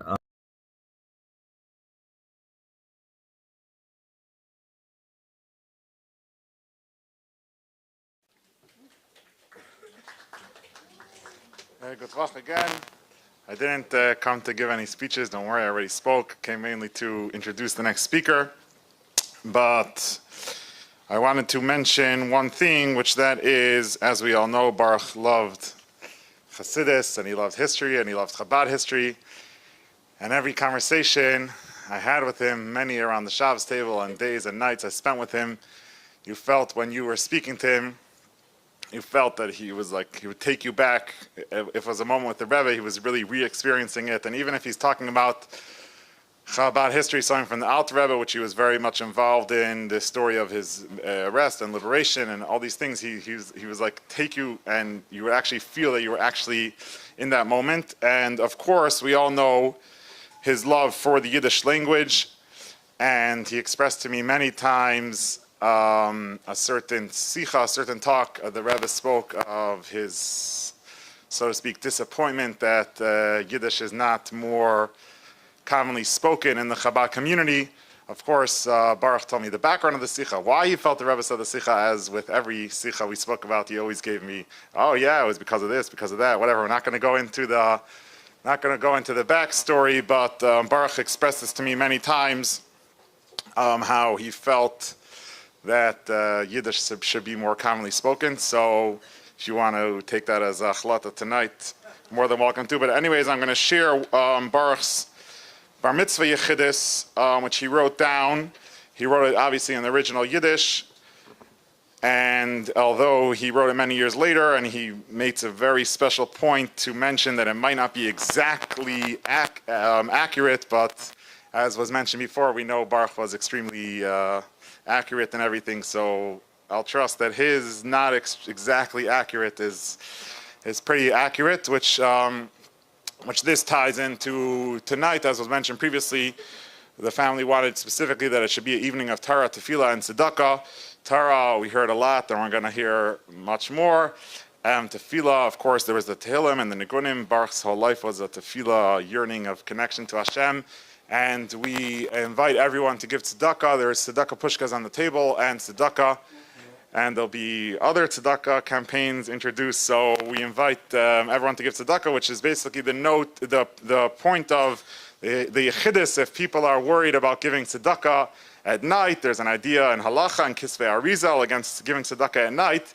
So actually it's very interesting, just like the Shloshim was on Shabbos, and there's certain customs for the Shloshim which are observed Friday, and certain customs which are observed Matzah Shabbos and Sunday. So the same thing, Baruch's Bar Mitzvah was also on Shabbos, and the Rebbe, in this Yechidus, the Rebbe spoke with him about the idea of giving tzedakah on Matzah Shabbos. So I'll read it in Baruch's honor. I'll read it in the original Yiddish, and then I'll translate. So first of all, the Rebbe blessed him that everything that he wrote in his note should be fulfilled, and then the Rebbe said the following: "Und das, was du schreibst an der Bar Mitzvah fällt euch auf Shabbos, soll's abgeben in Tzedakah sei Freitag vor Shabbos und haben Kavanah zu euch abgeben nach Shabbos.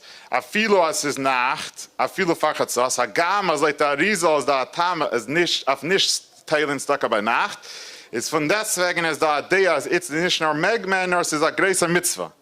Ve'ulai Heisef as Tamish in Batel, und befragt as Matzah Shabbos, und zu kommt behemschach zu Erev Shabbos and Shabbos."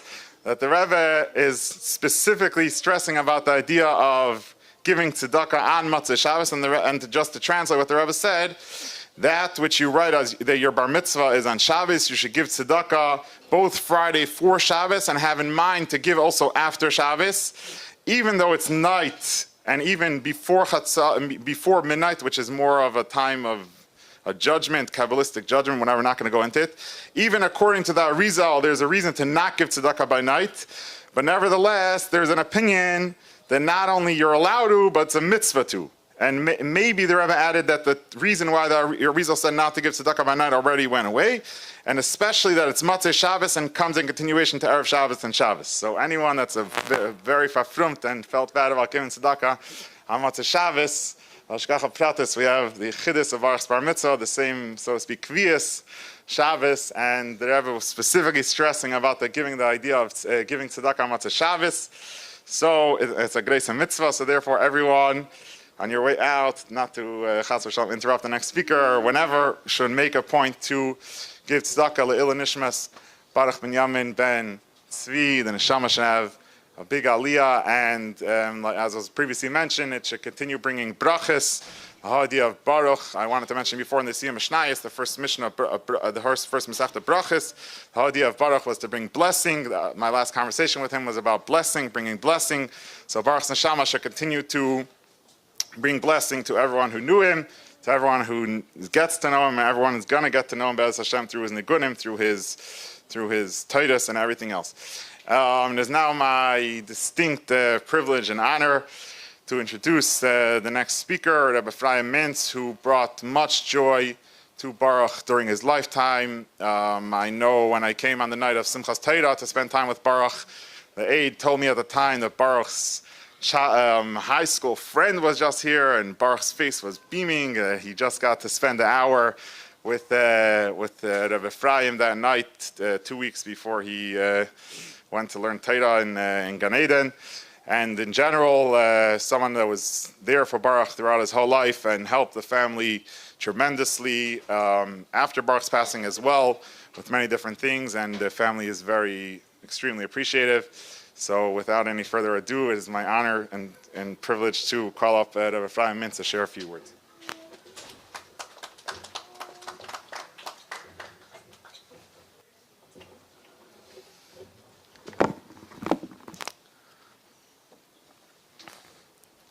Mitvach.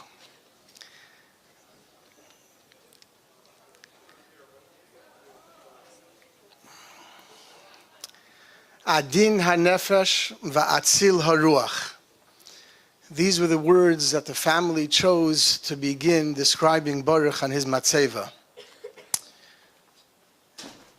Adin hanefesh translates as a gentle, refined nefesh, a gentle, refined soul. Atzil haruach is an elevated spirit. Many of you present and some of the speakers that spoke tonight described Baruch, Olav Shalom, in his later years, and the journey of Baruch's life, a journey that inspired and uplifted those he encountered. This journey and this quest that was described over the past, through the number of speakers, was something that we, as his classmates, some of them are here with us tonight, and I'm humbled to represent his chaverim, his childhood friends, who remained friends all throughout his life. We identified this Adin HaNefesh and Atzil HaRuach from a very, very young age. Literally, from a very, very young age, literally from his childhood.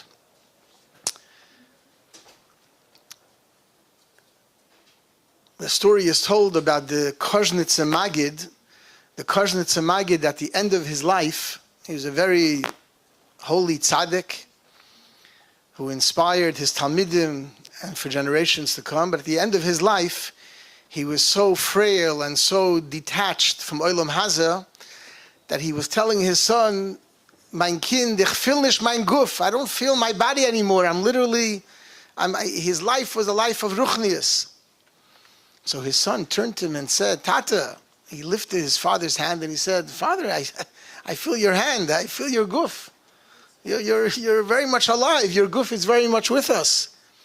So the Koznitzer Magid turned to his son and said, weil du tappst mit a Guf, fühlst du a Guf.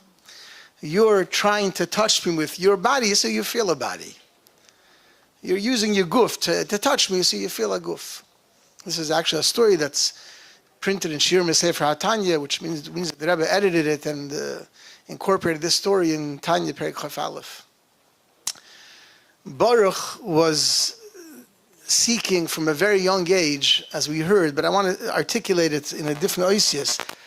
Baruch, from a very young age, was seeking to connect to Ruchnius, to Torah, to Eleikus, to the Eibishter, to the Rebbe, not through a guf. He didn't want to go through the ordinary experience that we all, as children, as Bachrim, he was seeking to leave the ordinary, and he was always on a journey from a very young age to connect. He had a quest, ledofka boy, to bond with Ruchnius. Whoever knew Baruch, it was alluded to earlier, but we could say it clearly, Baruch was not into Gashmias, period. Not at a bar mitzvah age or at age 18 or 20, as a child.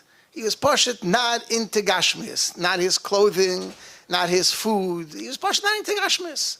Now, we were Olatariniks, but we were into Gashmias. And we were like ordinary kids and Bachram. But Baruch was a child among us, a classmate, a friend, but he was a dugma chaya, he was a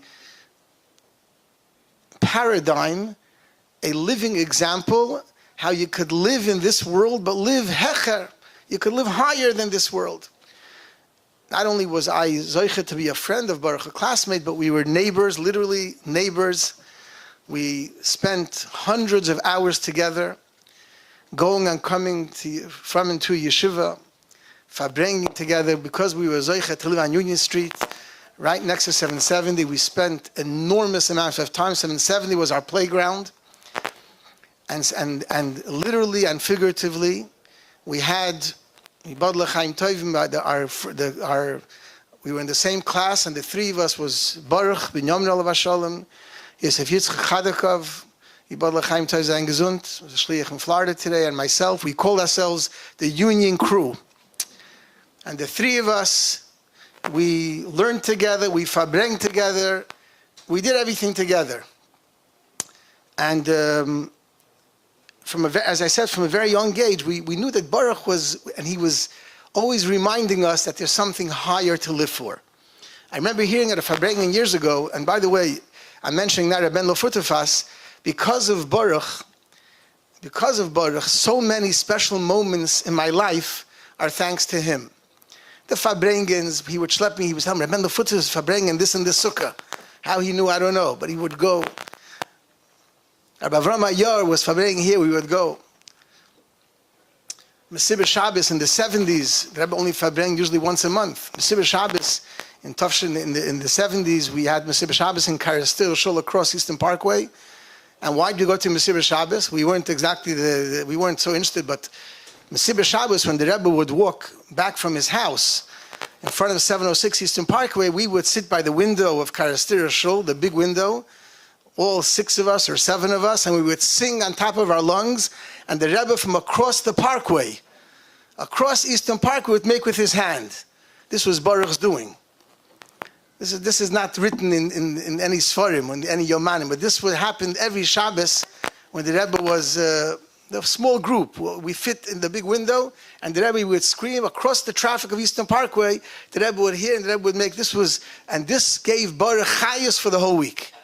This moment of connection. And so many stories. The Chazara, as children, we'd go to Chazara, to Rabbi Yoel's Chazara in 770, children and young Bachrim. We went, every time there was Farbrengen, we sat. A lot of it we didn't understand. I could say I didn't understand what Baruch understood, but we were there just to hear, to be there, to hear Chazara. And so many other around 770, the life around 770. When the Rebbe went to Tashlich, we were somewhere on the rooftop watching down by the Rebbe's Seder. The first year I remember when the Rebbe did a Seder by himself after the Rebbe's passing, Baruch arranged with me, because we were near 770s, we were able to sneak out of our house in the middle of the Seder. I'm not sure if his parents are aware of it. I don't think my parents, but we snuck out and we went to hear the Rebbe's Seder for a minute here, a minute there, middle of the Seder. This was Baruch's doing. At the Rebbe's in 7, the Rebbe used to make the Seder in his house. But now the Rebbe is alone in 770, so Baruch was always thinking about how to catch another moment with the Rebbe. This was Baruch, and thanks to him, myself and others, we were always seeking and we benefited from those special moments. So I was mentioning Rabben Lofutefas. One of those Farbrengens, perhaps a Farbrengen that Baruch told me, where Rab Mendel said that he met, many years early, he met a chassid who learned in Lubavitch. And this chassid was once told Rab Mendel Futefas that alavai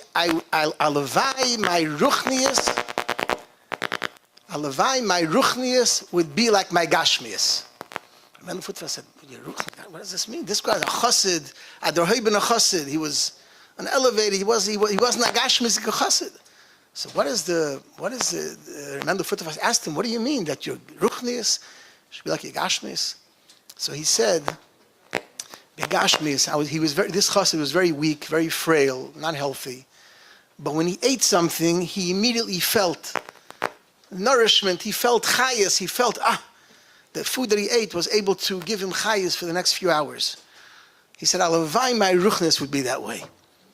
Alavai, when I daven, I learn a maimer, I would be recharged for the next 10 hours like begashmius. And this was Baruch. Baruch was looking to recharge himself, beruchnius. He didn't care about gashmius. And for him, he was a dugma chayiv for us in this way. But I want to mention something that it was mentioned tonight, but I think not enough. Because as much as this night is about Baruch, this night is about us. Because Baruch, whoever knew Baruch, would not want this whole ceremony about Baruch. He would say, you guys are crazy. Well, let's make a fabrenga, let's sing a niggin. What are you talking about me like this?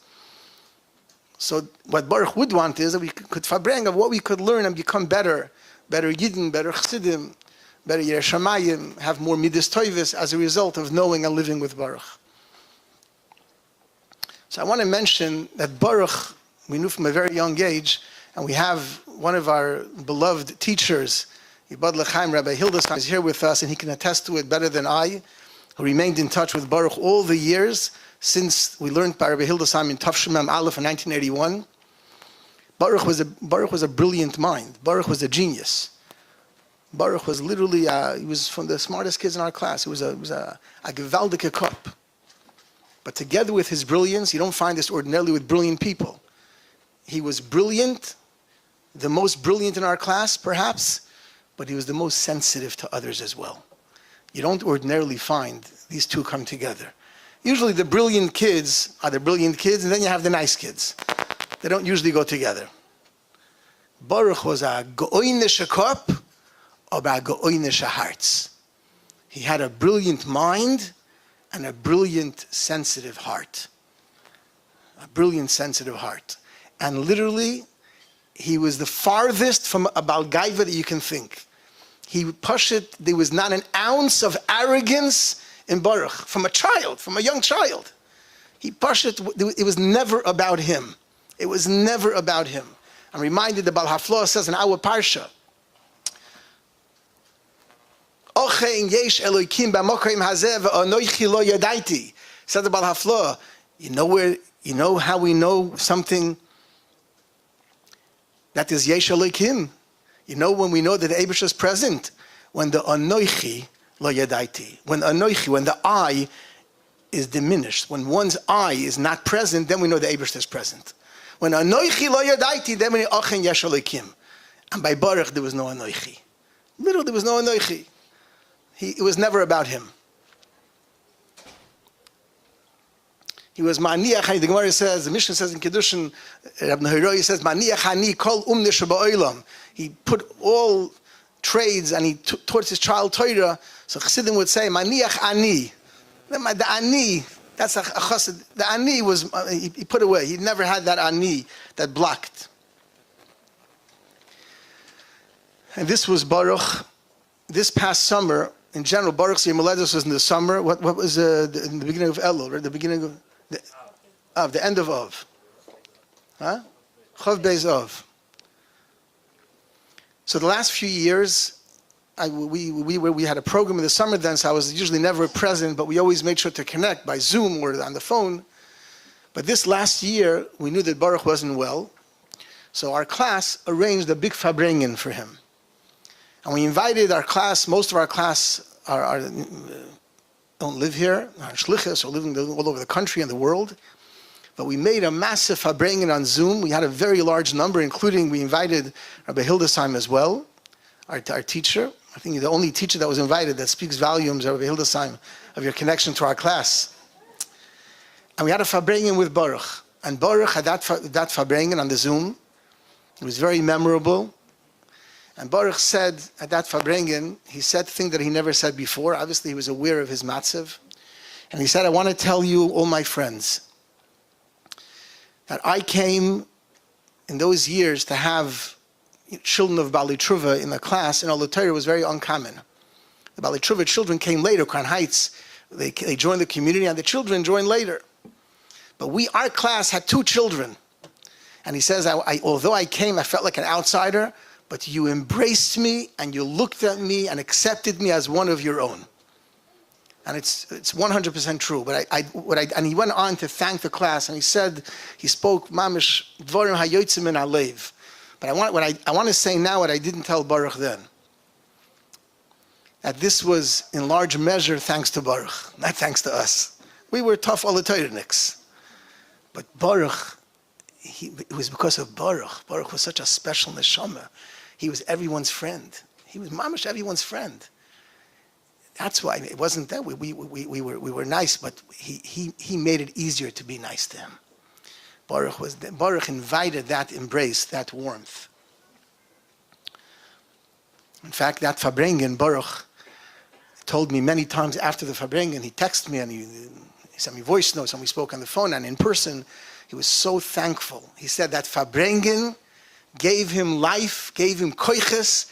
He was going through difficult times, and he gave him koiches. He loved it. He went on for a very long time, and it was very, very special. The last time I met Baruch, I want to thank the family. I went to the Rebbe's room.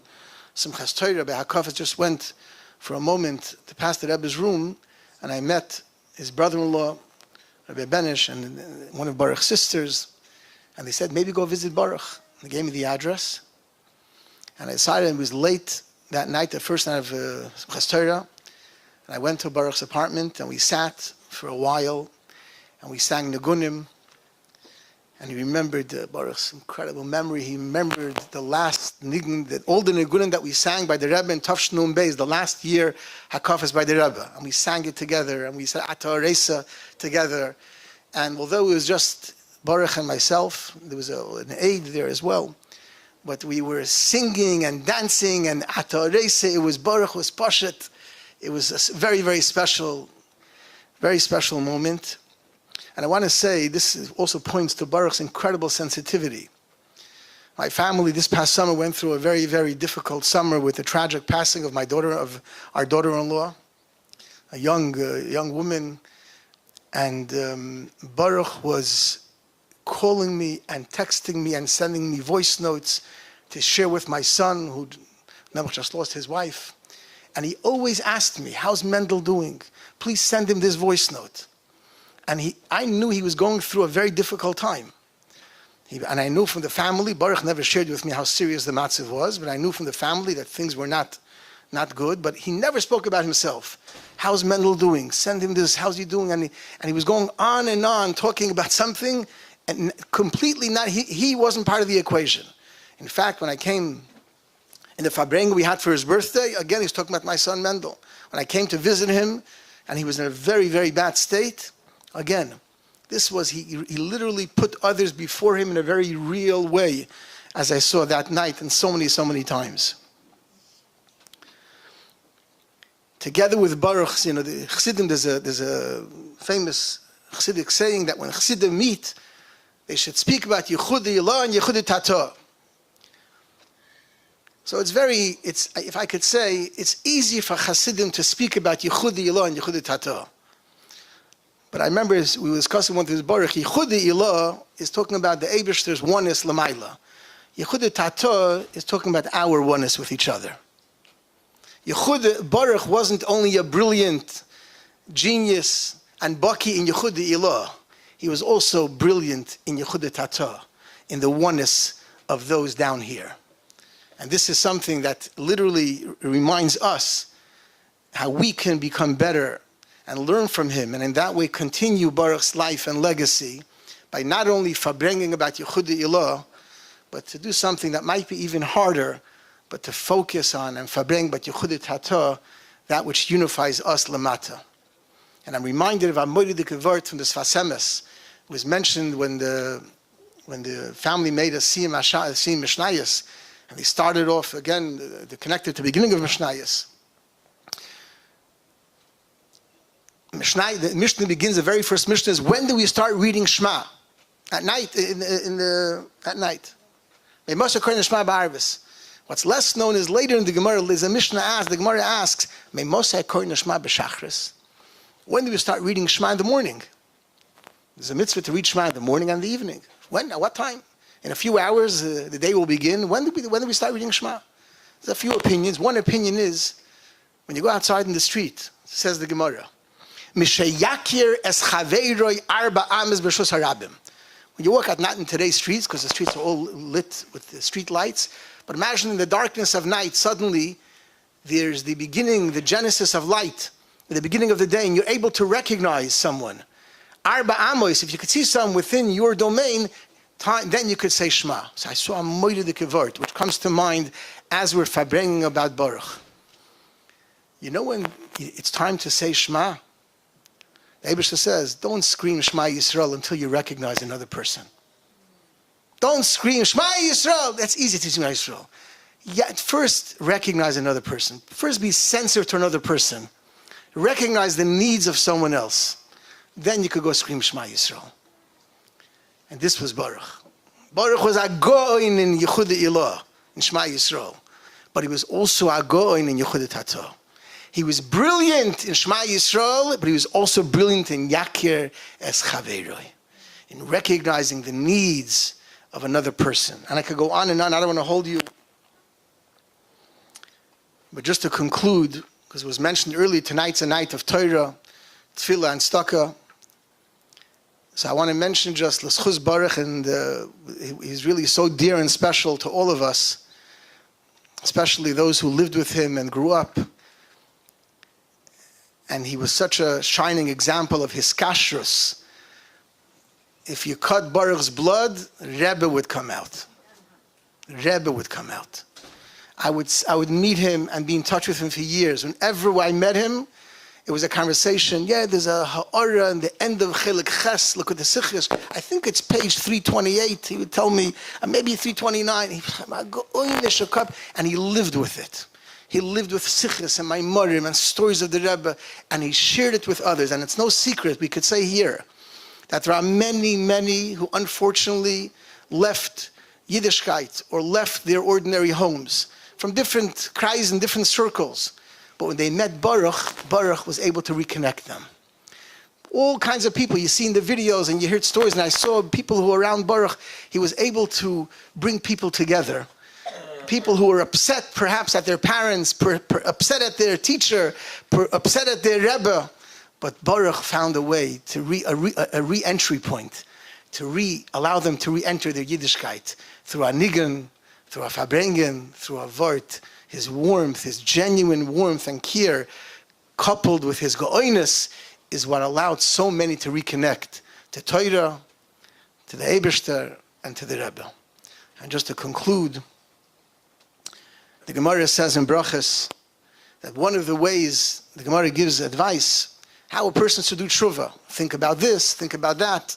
Then the Gemara says, one of the ways to think about when you want to do tshuva, you want to yaskir yoim hamissa. Think about the day of your passing. And then Mefarshim ask, why does it say yoim hamissa?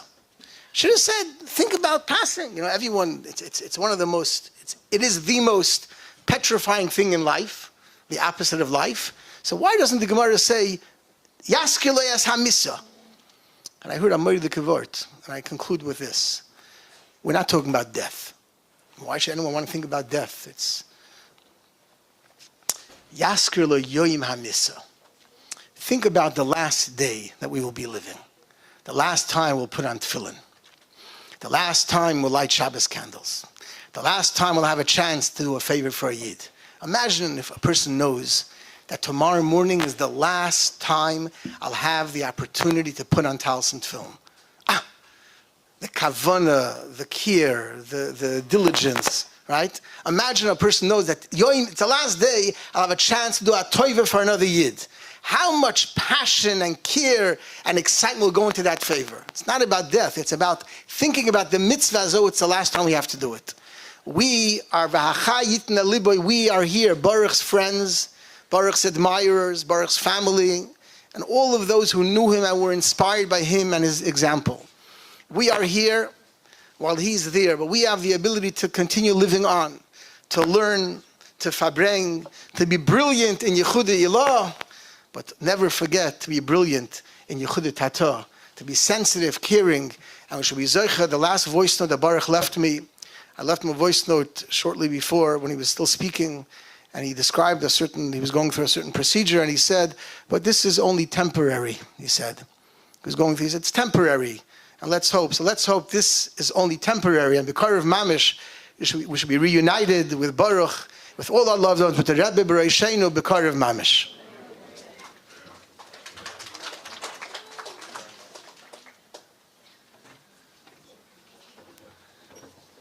So contrary to what you might think, there is going to be an end to the night at some point. Just a few more items on the agenda. First, we're going to show a video of the Rebbe Farbrengen, a short clip, as well as a compilation of Baruch's dancing.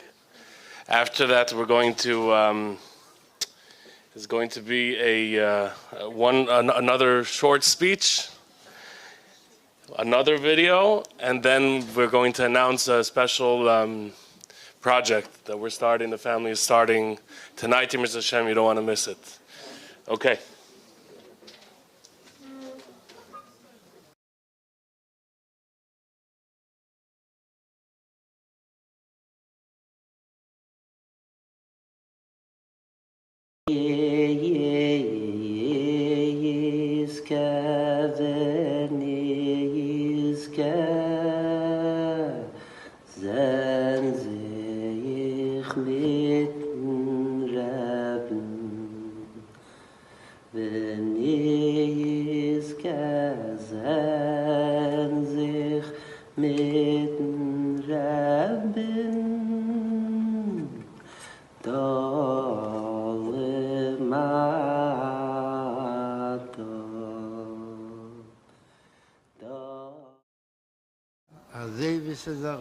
Klau, a bisschen Bibrocha, a was für eine Gelegenheit sie soll nicht sein, darf man noch heben, mit italienischer Brocha für jederin und für alle ihn, betech Klau Israel, a viele, wenn die Gelegenheit ist, was man halt bei gesegenen Sachen, fort zeitweilig, voneinander, zeitweilig beim Juche, der Fall Bekore Mamash Kunzach Mishiach Zitkenu, ist Adrave, darf gewiss Adruf, was man halt bei zeitweilig Alkohol voneinander von sich, ist damit noch mehr gut und noch mehr wird aufgezogen durch Ruf, was man geht mit, Bruch ist nicht Sofis, auf der Bruch ist Origilis, auf der gewöhnliche Bruch ist, was jeder Ried wünscht, jeder Ried und alle hin.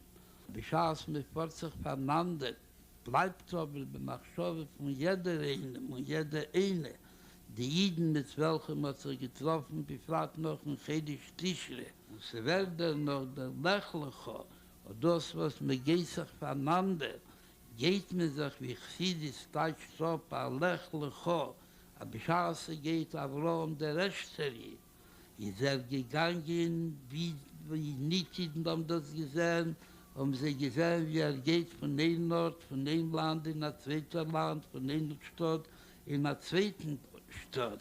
Der ähnliche Sache von seinem Gang gewesen, von dem Lecher gewesen, wie Chsidis streicht sich auf, als Jid geht, wie darf zu gehen, oder damit wird sein Gehen Lecho, geht als Nenter und Pnimisdiker und mehr Verbundenkeit mit zu sich allein, weil das ist ein Pnimis an Nefesh, weil das ist Cheleke Laka, Mimal, Mamosh, wenn beide doch selbstverständlich wie der Possege dann noch Mamsche, aber der Rebischte ist gleich sagt, aber ich habe es sein Lechlecho, befragt nicht von dem Obzeit von Chsidis, wird das gleich bringen, dem Rebischten Bruch ist.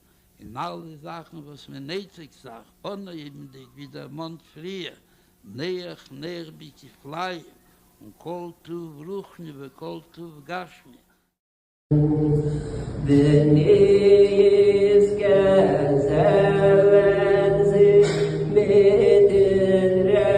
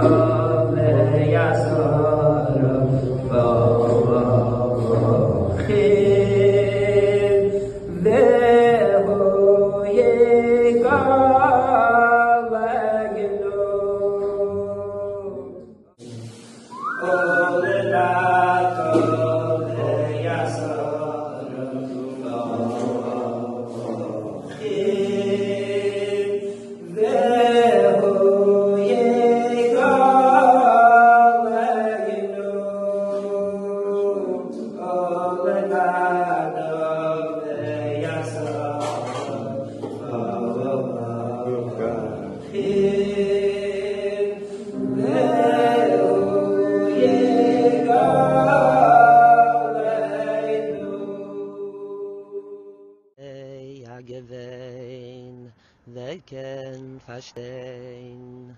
Unser Rebbe liegt gar allein. In der Reusen ist kalt, mit auf Blonget in Wald. Hat doch zu gesagt, dass Mashiach kommt bald.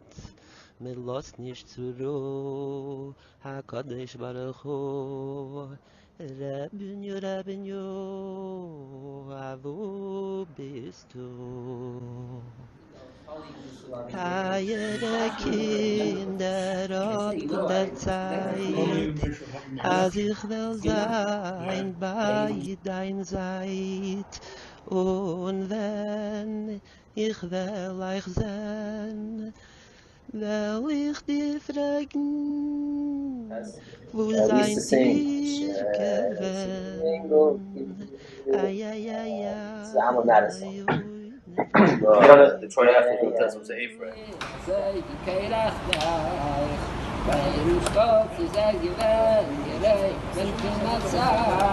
Und alles gekommen an andere Zeit und das Rad hat sich gedreht und jetzt steht ein stolzigen Weg, jetzt hat man einen stolzigen Weg, jetzt steht bei dem Tief und wer da nicht da weggeht mit Geld, not noch mehr, gestrahlt ganz schwer und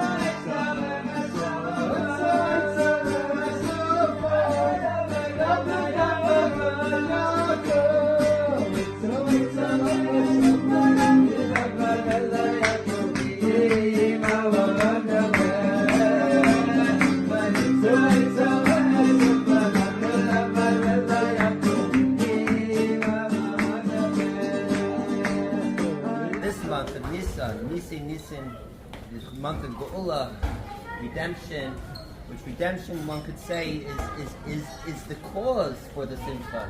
So if we're tapped into the Geula, automatically the Simcha flows. And a wedding, Chas V'Kala, is the ultimate union and bringing this state of unlike the world says, actually Chasna is V'yem Simchas Liba, right? Yem Chasanasa, Yem Simchas Liba. This is the time of coming from the Geula of Mitzrayim to Mount Torah. So this is the true the true state of joy and all the positive to come. And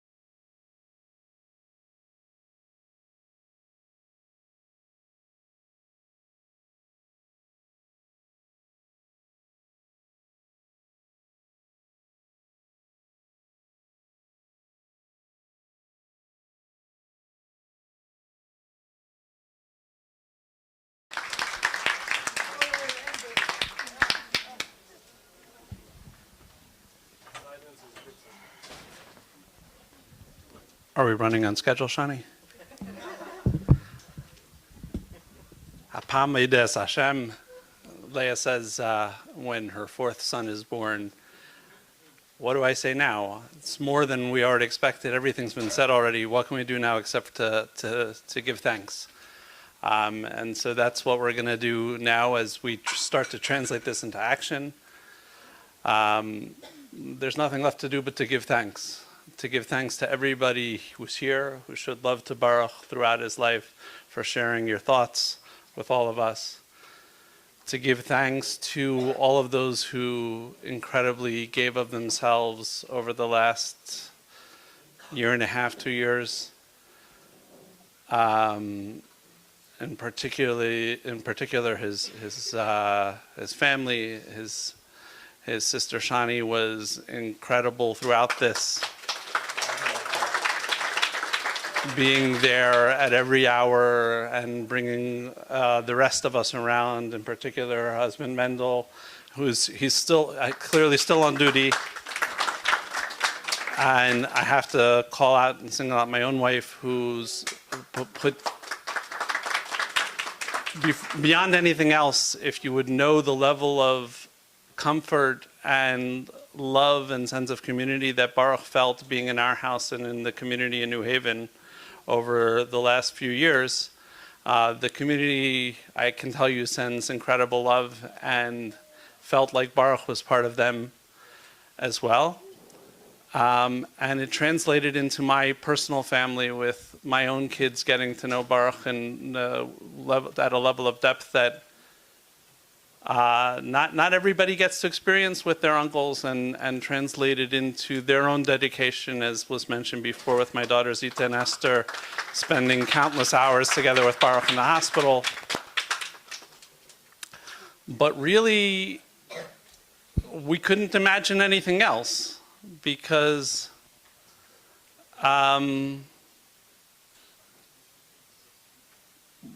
we felt this gratitude to Baruch.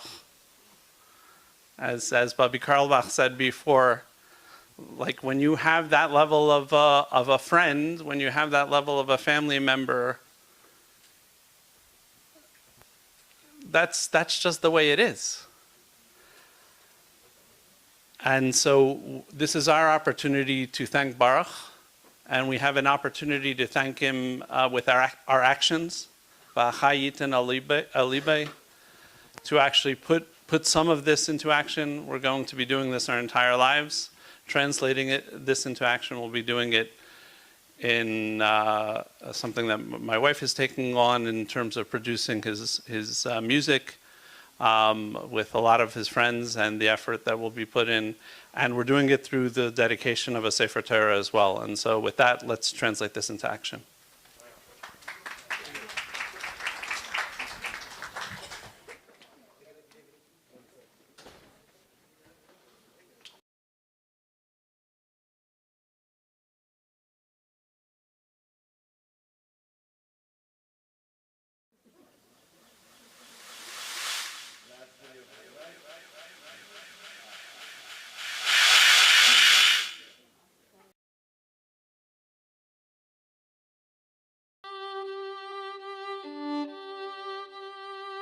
Baruch Thaler embodied a unique love for studying and spreading Torah and Chassidus. His brilliance and passion for learning were evident from a young age. In his 8th grade yearbook, it was written, "Baruch's thorough knowledge in Torah is always available for the asking. He is always striving for the highest heights and can be considered a giant in his own right." From Alaska to Thailand, Baruch continued to share his knowledge, sacred music, and vibrant spirit with people all over the globe. He would often go out of his way to bring the beauty of Yiddishkeit to those unable to join in conventional ways. As his father's health declined, Baruch made a particular effort to visit and uplift him. He came with a smile even through his own health struggles. He showed him great respect and love in ways that inspired everyone. This devotion encouraged us to create a lasting legacy in Baruch's honor. Many in our community are homebound or in rehab centers, hospitals, and the like. They're often isolated on Shabbos and Yom Tov and miss out on experiencing the joys that they bring. The holiday of Simchas Torah was especially dear to Baruch. The significance of that being the last Yom Tov he got to celebrate with us prompted the idea of writing a portable Sefer Torah. This special scroll with its own aron will, Be'ezras Hashem, be made available when possible to these patients through Bikur Cholim of Crown Heights, an organization that has generously helped our family these last few years. For some, it may be their only opportunity to fully participate in davening and family celebrations. Let's bring the delight of Torah into the hearts and homes of all. In memory of Baruch, and in schus of a speedy recovery for his beloved father, Tzvi ben Toba, we invite you to be part of this beautiful mitzvah.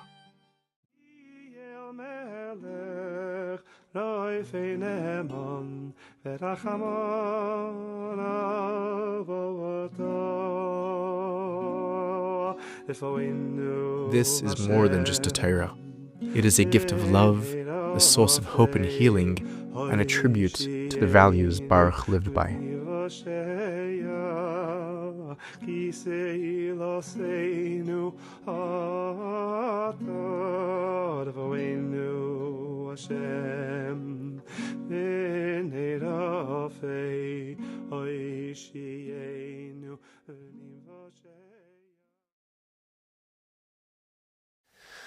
I think that's the end of the video. Okay. Ladies and gentlemen, thank you again all for being here. We're going to begin with the Schola Sefer Torah. What was that? What's this? Oh, there are papers that will be passed around with the, it's 2024. We do QR codes. You could scan it and get more information about the Torah. I plan on doing so too. Where is, does anybody know where the Sofer is? Anybody see him? Oh, here you are. Rabbi Pape. Where are you setting up to do the Haskalah? We need a table. Okay, we're going to create space with a table somewhere around over here. Just be with us a couple of minutes, and we will begin Ksivas Sefer Torah. Again, everybody's invited to participate. Thank you again for being here. And divas darf machen a bracha chayna, wollen sicher machen a bracha chayna. Those who need to make an after blessing will certainly do so. And for those who would like, we'll stick around, verbring, share memories, thoughts, ideas. We'd love to participate with you. There's delicious food as well from Lav and Malka if you'd like. And I could continue talking if you want until they actually set it up, but I'll spare you. Okay.